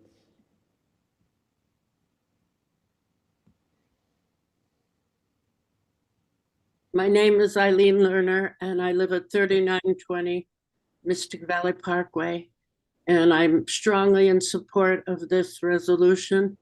And I'm very grateful to the City Council for taking it up. Everybody who has spoken has brought up very important issues that I certainly agree with. But I want to talk about another aspect of living in this environment of fear, which is this. People are self-deporting. I myself have acquired some foster family members from India. Both of the parents are here because they have a work visa because of their skills in IT. However, the father has not had his visa renewed, and the family is frightened by what's going on and prefers to move back to India. This is a horrible loss to me and other people who care about this family, but also they're deporting many people who have valuable skills and will no longer be available to work in those fields. Not only that, but even lower skilled people who work in nursing homes and assisted living and hospitals. These people are leaving or being deported, and our workforce is being depleted, and many people will be left without care, without people to care for them. And it's just a very sad situation. And as far as there being two sides, yeah, right. There's two sides. There's good and there's evil. And what's going on now is definitely evil. And I applaud you all for being willing to stand up for it. If more people had stood up for the right thing before the Holocaust, perhaps that would not have happened. But at least here in the United States, we are standing up. Thank you very much. Thank you, Eileen. We have Radhika. Radhika, name and address for the record, please, and you'll have 3 minutes. Hello, my name is Radhika. I live at 12 Wildwood Road in Medford. I moved here last year with my family. I just want to voice my support for this resolution, and I echo a lot of the sentiments that have been spoken today by the council members, as well as all the individuals who are standing up and speaking out. I just wanted to offer 2 additional things to consider. One, you know, the folks in Minnesota are going through this, as well as our community members. And I could talk about the fear that I have as a brown person living here, regardless of the fact that I'm a citizen. But I think something that we should all be doing are taking lessons learned from our fellow Americans in Minnesota. There are things that they're doing that we can, you know, echo here in our own communities. And I would like to see a consolidated effort to really understand what works and what doesn't and try to apply those things here. And then secondly, I see a lot of folks in my own echo chamber, I guess, talk about economic resistance, things that we can do like boycotting institutions and corporations that support ICE. And if we can, as a community, identify those institutions and corporations and come up with an economic resistance plan, I think that would also send a really loud message. Thank you. Thank you, Radhika.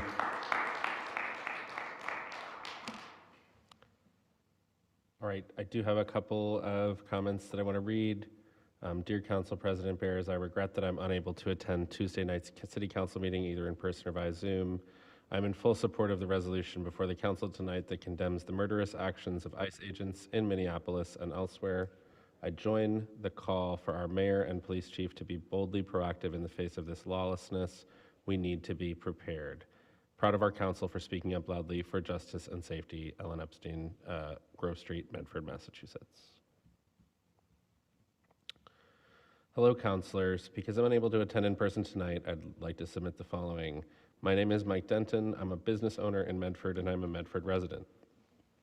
Every human deserves to be treated with dignity and respect. Where matters of immigration policy and enforcement are concerned, everyone deserves to be treated with dignity and respect. It is beyond dispute that ICE is not treating people with dignity or respect. Quite the opposite, in fact. ICE is a domestic terror squad, brutalizing and terrorizing people who are undeserving of such treatment. Moreover, given the frequency of, quote, detentions that occur without ICE agents presenting identification or a judicial warrant, ICE represents a federal agency that is acting outside of the law. ICE's behavior represents a gross abuse of power that demands exceptional actions in response from our elected officials. Innocent bystanders have been murdered. Innocent people have died in detention centers. American citizens have been assaulted and kidnapped solely because of how they look and because ICE agents have either refused to accept the ID people have presented or, as would be totally reasonable, because people were not carrying their passports with them at the time. Or in the case of 3 Oglala Lakota tribal members who were kidnapped recently, they didn't have their tribal IDs on them. I mentioned that I'm a Medford resident. I'm originally from Canada, and I am a legal permanent resident. I also happen to be white. I mention this because we must be clear that white immigrants are not being hunted down in the streets and in our schools and in stores and businesses. It is exclusively people of color, and we must acknowledge the reality that this is an ethnic cleansing mission. We have brute squads with carte blanche from the president and his administration to terrorize the public. This is authoritarianism, and we are living in a time that calls for exceptional actions from those in positions of power and authority. In Medford, that means the mayor, the chief of police, the entire police department, and the city council. For the sake of being as clear as I can be, what I am looking for from Medford is an assurance that the Medford police will arrest any ICE agents found breaking the law. I'm looking for the mayor to come out as a vocal supporter of arresting and charging ICE agents for criminal behavior. Ultimately, we, the residents of Medford, are looking for action from our elected officials. Now, thank you.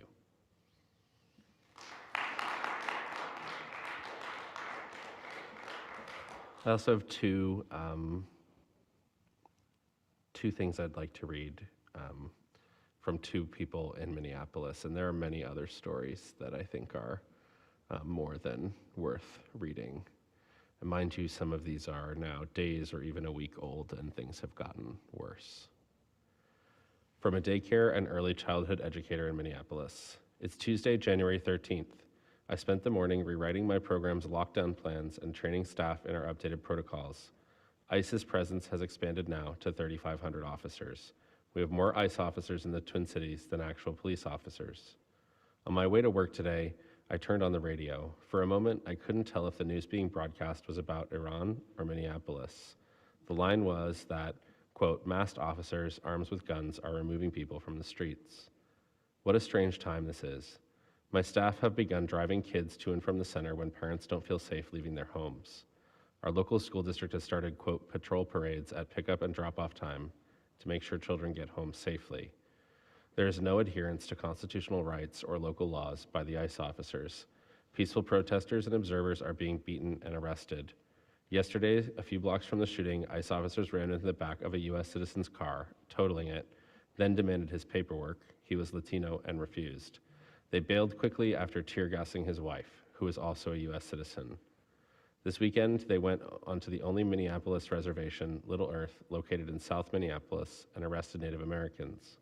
They're going door to door in select neighborhoods using battering rams to break down doors. Yesterday, ICE approached several health clinics in Minneapolis that refused entry without a warrant. The situation appeared to diffuse until an hour later when an anonymous bomb threat was called in, causing the building to evacuate. At that time, ICE agents arrested people of color. At a Chick-fil-A in the cities, 2 agents came in and told the manager that they'd accidentally hit 2 cars in the parking lot and needed to meet the owners to pay for damage. When the 2 employees went outside to look at the damage, there was none. They were both abducted. SNAP, WIC, and CICFP funding has been temporarily frozen to the state by the federal government. These are all programs that provide funds for low-income individuals and families to afford food. While I was writing this, I got a text from a child care center that partners with Head Start in St. Paul that ICE had arrived in their parking lot. Agents are going door to door along their block. Their center is on lockdown. I'm gutted for the families who have to explain this to their children tonight. From a rabbi in Minneapolis. Hi all, what's happening in Minneapolis? Federal forces with many guns and very little training are hunting and kidnapping my neighbors. Not just immigrant neighbors, literally every black and brown person in the Twin Cities, because racial profiling is real and rampant. They point guns and shoot guns and eagerly deploy pepper spray. They ram cars into people. They are openly racist, misogynistic, homophobic, and transphobic to everyone they come into contact with. Everyone, literally everyone, single person I know is showing up in countless ways. People doing ICE Watch patrols in cars, on bikes, on foot, and from home, pre-dawn until late at night to provide warning, witness, documentation, and support. They are trying their hardest to intimidate us. They've shown us again and again that they can and will hurt us, and everyone continues to show up. School patrols every morning, and at recess if the students, the ones safe enough to go to school, are allowed to be outside, if tear gas hasn't been deployed within a few blocks from their school, and at dismissal in the afternoon. The students are organizing walkouts, rides to and from work and the laundromat, grocery deliveries, organizing food and diaper drives. Protesting and organizing and offering free acupuncture and helping elders get on signal and nightly noise demos outside their hotel and in 10-20 on ice rink sidewalks. 10 to 20 degree weather on ice rink sidewalks. What can you do for Minneapolis right now? Donate to neighborhood funds. Wherever you are, gather with your block or neighborhood, talk about what is happening here and make a plan for when it happens there. Organize for an eviction moratorium and talk about non-cooperation. And please try to talk to everyone on your block and whistles and mutual aid. Because your mayor saying F ICE and your AG suing ICE and your governor putting the National Guard on alert, all of those things will be largely meaningless while you watch your neighbors get kidnapped in the blink of an eye. I love you. I'm praying for the day when our signal threads are repurposed to plan the biggest block party imaginable.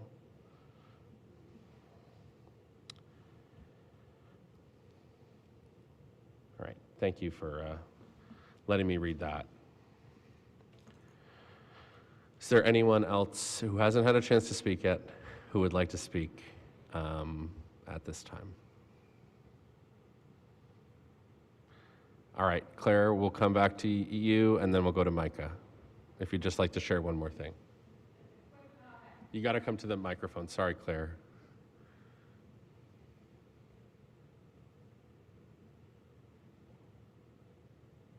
Whatever happened to those monthly meetings we used to have with the police department?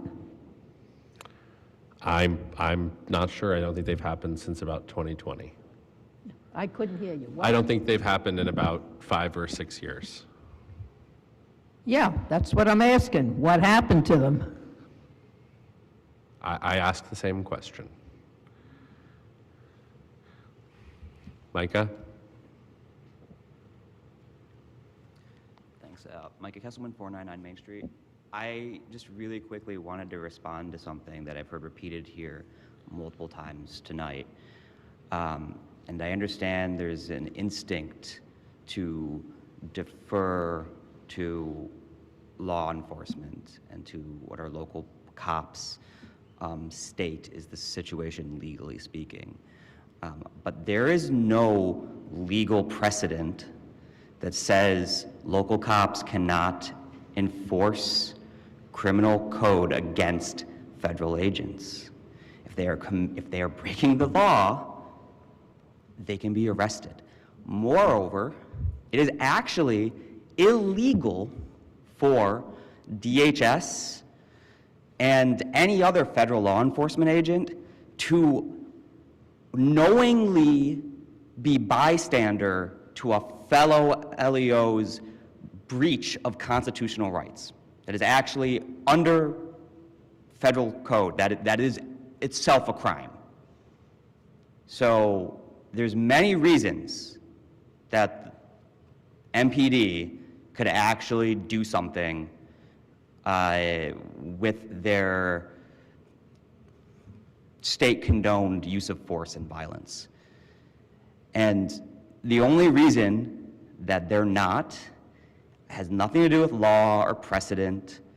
I don't even think it has to necessarily do with them being afraid to confront ICE officers. I think it's because the police union is in support of this garbage. and they're more loyal to their union than they are to the city that they are meant to serve and protect. We saw in Minneapolis where the cops union came out in support of Jonathan Ross, who executed a woman in broad daylight. Now, Jonathan Ross will get what's his at some point, I am sure. But it's crazy that the cops came out trying to protect a murderer. We all saw it. So, to the local cops, to the MPD, protect the citizens. You are not, at the end of the day, you're not the only one who has a state mandate to use force in self-defense. So do your goddamn job. Thank you. Not seeing any further comment in person or on Zoom. Is there any further comment from members of the council or motions from the council at this time? Council Vice President Lazaro. Thank you. I would motion to send this paper to the Public Health and Community Safety Committee. Councillor Singh. Thank you. I wanted to thank my fellow councilors for their support and their words today. Even just sitting here, I've learned a lot. And I think that's what the council is about, right? Even if we agree on an issue, there's so much conversation to be had about what we can do better, what angles we can take, what perspectives we need to hear from. And I think tonight, I have learned a lot from all of you guys too. I also want to thank all the residents who spoke tonight for their comments. The last few months, as a person of color, as an immigrant, have often felt pretty isolating, but today has been especially moving, seeing our community really come together, affirm their support for people of color, for immigrant neighbors, and for the rule of law, justice, liberty in the city, and that's for everyone. We all win when we stand up for each other. I think tonight really represents the best of us. Not only are we reaffirming those values and standing up for each other and saying those things, but our residents have put together real steps forward that we can all take. Good suggestions for what more we can do, things we need to look at, things we should be looking at. And the truth is, the council and the school committee have been working really, really hard to do everything we can, and I'm sure there's a lot more we can do. And tonight's ideas, I think, give us a lot of fodder for future conversation, a lot of thoughts for us to chew on. And I think my fellow councilors and residents are right, that we need to see more leadership at different levels as well. There's only so much that we can do as city councilors and as school committee members. We do need the mayor to do everything she can. We need the police to stand by our community too.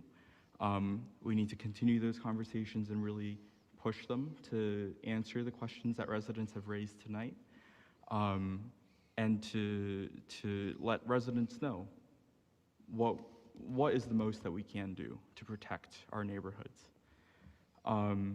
There was a suggestion about amending this resolution, so I would like to offer an amendment to just add something about the schools. I'd like to add, be it further resolved that the Committee on Public Health and Community Safety work with school administration and school committee members to protect our students' safety and their right to protest. Just add that at the end. Thank you all. Thank you, Councillor Singh. Could you email that to me and the clerk? And also, would it be possible for us to sever the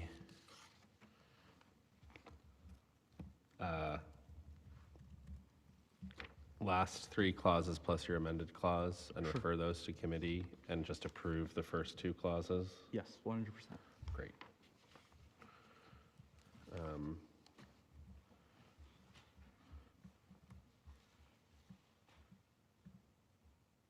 President Barris, could you repeat what you just said about severing? Sorry, could you say that again? Can you repeat what you just said about the severing? Yeah, just basically taking the things that reference the Public Health and Community Safety Committee and referring them there, but just approving the first two resolutions. Got it. Okay. Councillor Lemming. Yep. No, I agree with all the amendments and motions to sever. Just did want to make just some small follow-up points, which is that in these conversations, propaganda always plays a big part of it. I mean, if you go to the DHS's official website or the news coverage that ICE itself is putting out, it's just it's pure propaganda. The news environment these days is absolutely terrible. That's like I've had conversations with my own parents where I'm appalled at some of the stuff they're reading, where they're not really understanding the extent of what's going on, just because their news consumption is very different. But details about what happens when people are imprisoned and deported is out there. The New Yorker did a pretty good story back in November called Disappeared to a Foreign Prison, which is a very nice investigative journalism piece about what actually happens to people when they're detained and the months-long process of sort of what goes on behind closed doors. But I've also had plenty of conversations with residents who go down their own social media rabbit holes, and their beliefs are still that it's only criminals that are being detained or whatever. So it's when talking to neighbors, when talking to relatives, try to find out what they're looking at, because propaganda is in a very, very bad spot in this country. Personally, I've been the more that I see, the more that I've been having less patience on a personal level with centrist takes whenever I see them, because when times are radical, it's usually the centrist take is usually not the right one. This is not a both sides argument. It's times are really bad right now. When the ICE search does happen, just remember that it's okay to make their jobs as difficult as possible. Thank you. Thank you, Councillor Lemming. We have a motion from Councillor Sang to amend the paper to add the clause that he read out and to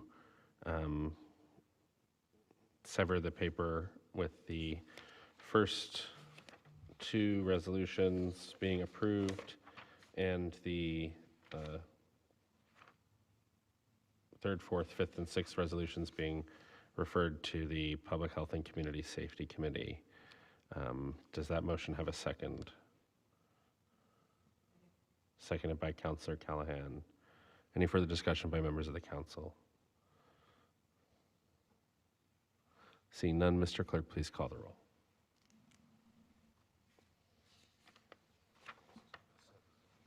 It's on the whole thing. Yeah.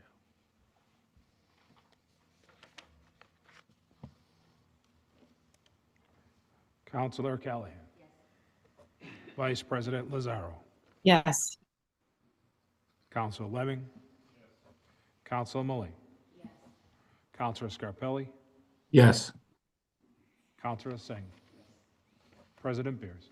Yes, 7 in the affirmative, none in the negative. The motion passes.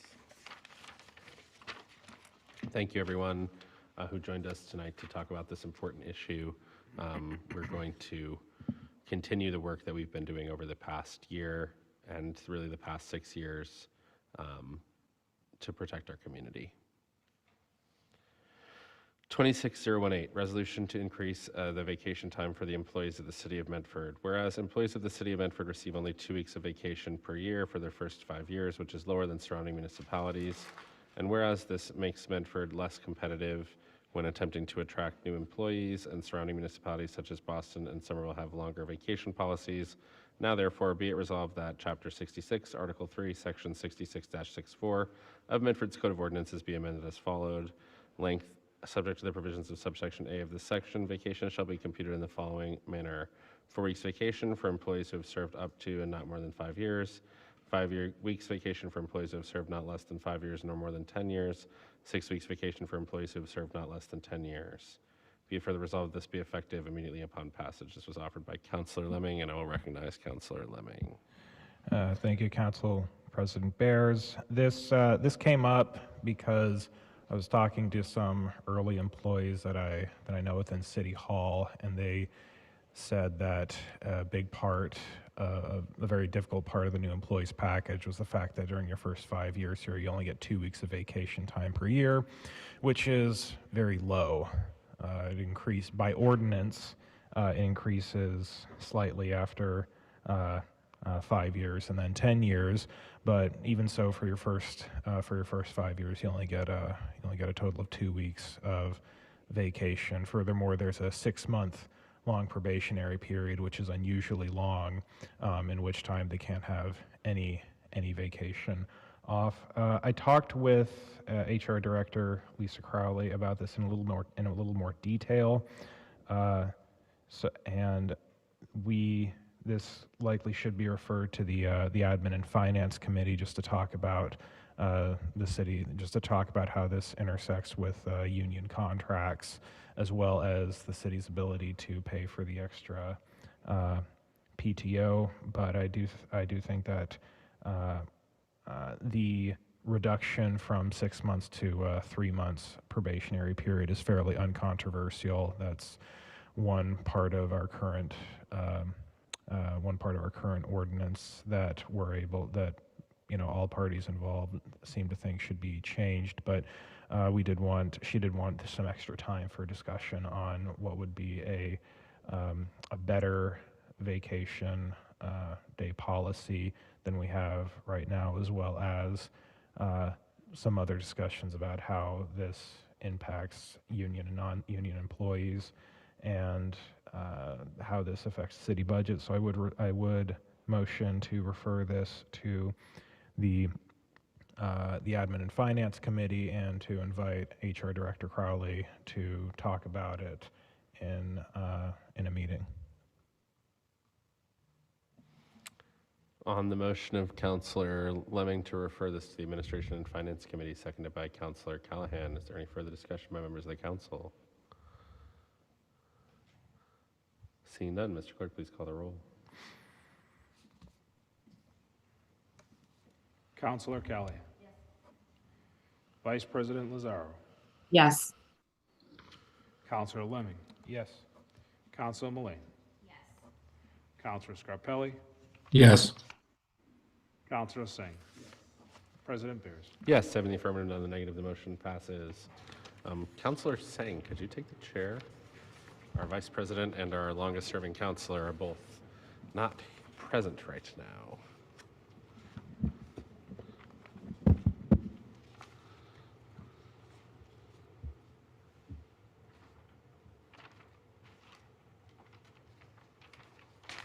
Thanks. Rare day.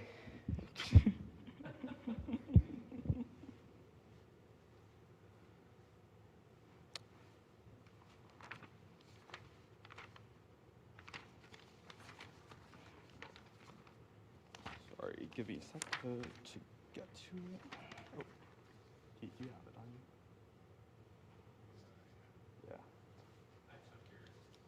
you? Yeah. I realized you took it. I left it at the chair, so I was just Yeah. Okay. Resolution 26-019 offered by Council President Bears. Proposed ordinance banning face surveillance technology and amendment to Chapter 50, Article 4. President Bears? Sorry.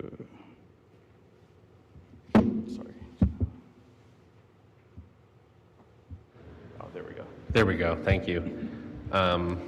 You might want to turn me down maybe too. See the volume on the, yeah. Always got to be adjusting those volume levels for everybody. It's not an easy job up there. So this is a draft ordinance banning face surveillance technology. As residents are likely aware, and certainly councilors are aware, we have an ordinance called the Community Control over Public Surveillance Ordinance. That ordinance requires the City Council to review use policies and approve them for the use of any type of surveillance technology that falls into the criteria of the CCOPS ordinance. Right now, there's only, I think, one significant exemption, which is until January 2028. Body-worn cameras do not have to have a use policy.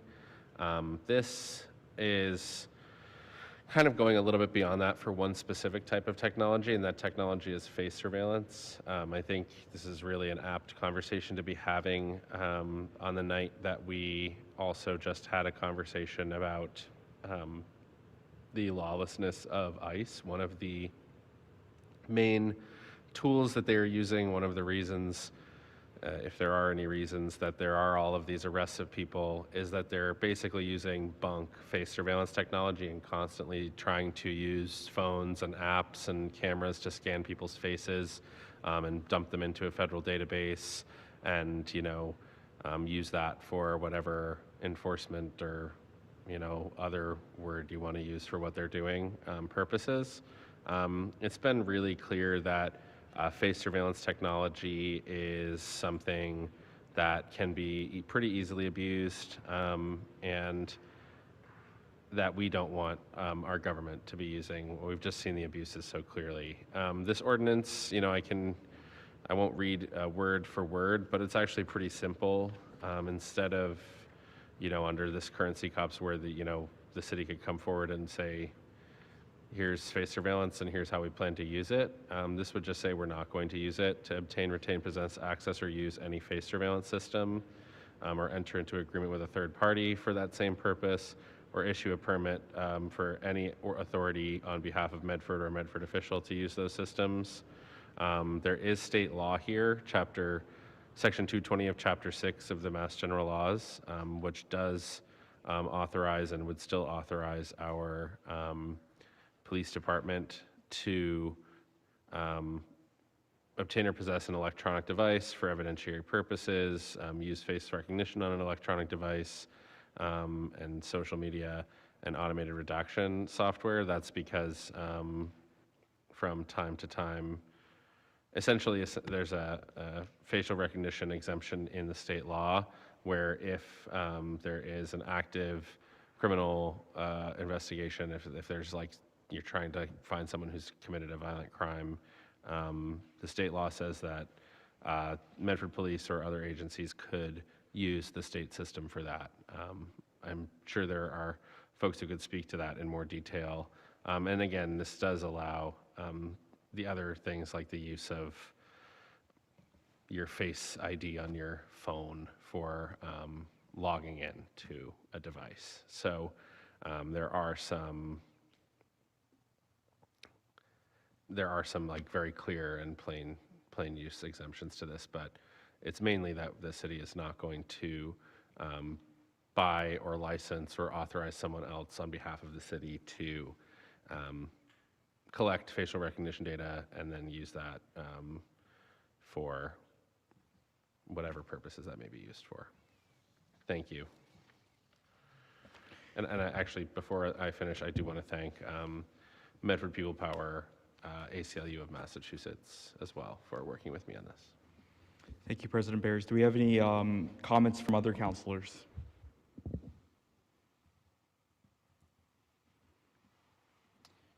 Seeing none, Do we have any comments from any motions on the floor?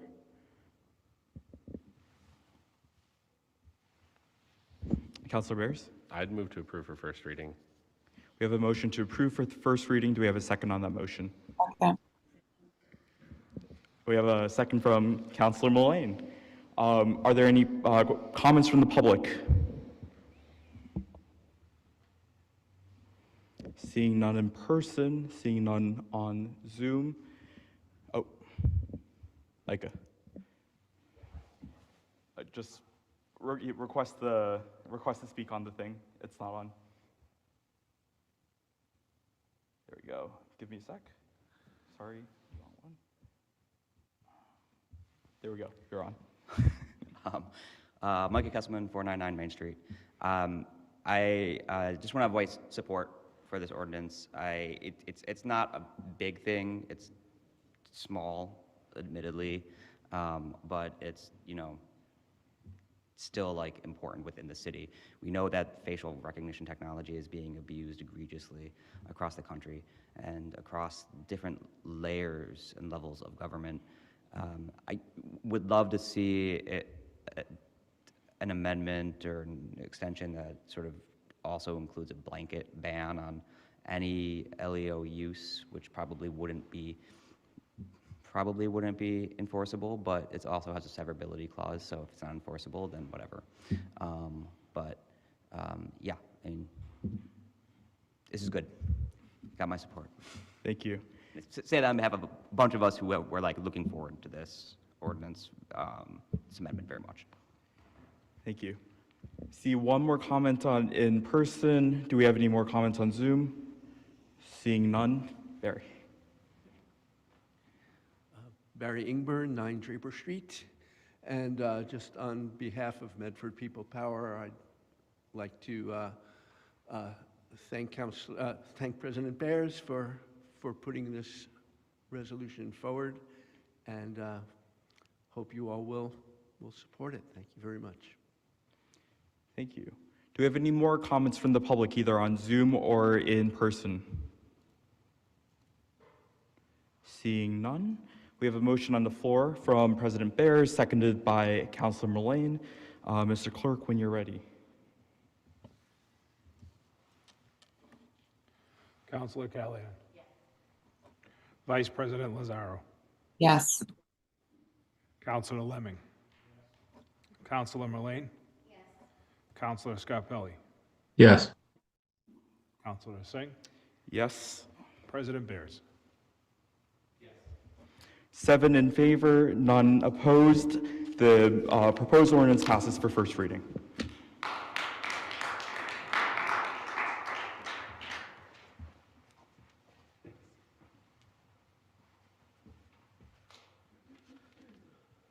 Public participation. Is there anyone who'd like to speak on a matter before this council?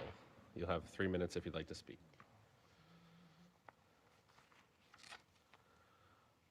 Seeing none, either in person or on Zoom, is there a motion?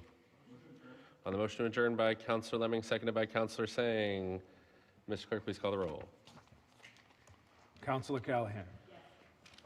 Vice President Lazaro. Yes. Councilor Lemming. Yes. Councilor Mullane. Yes. Councilor Scarpelli. Yes. Councilor Singh. Yes. President Bears. Yes, 7 in the affirmative, none in the negative. The motion passes and the meeting is adjourned. Thank you.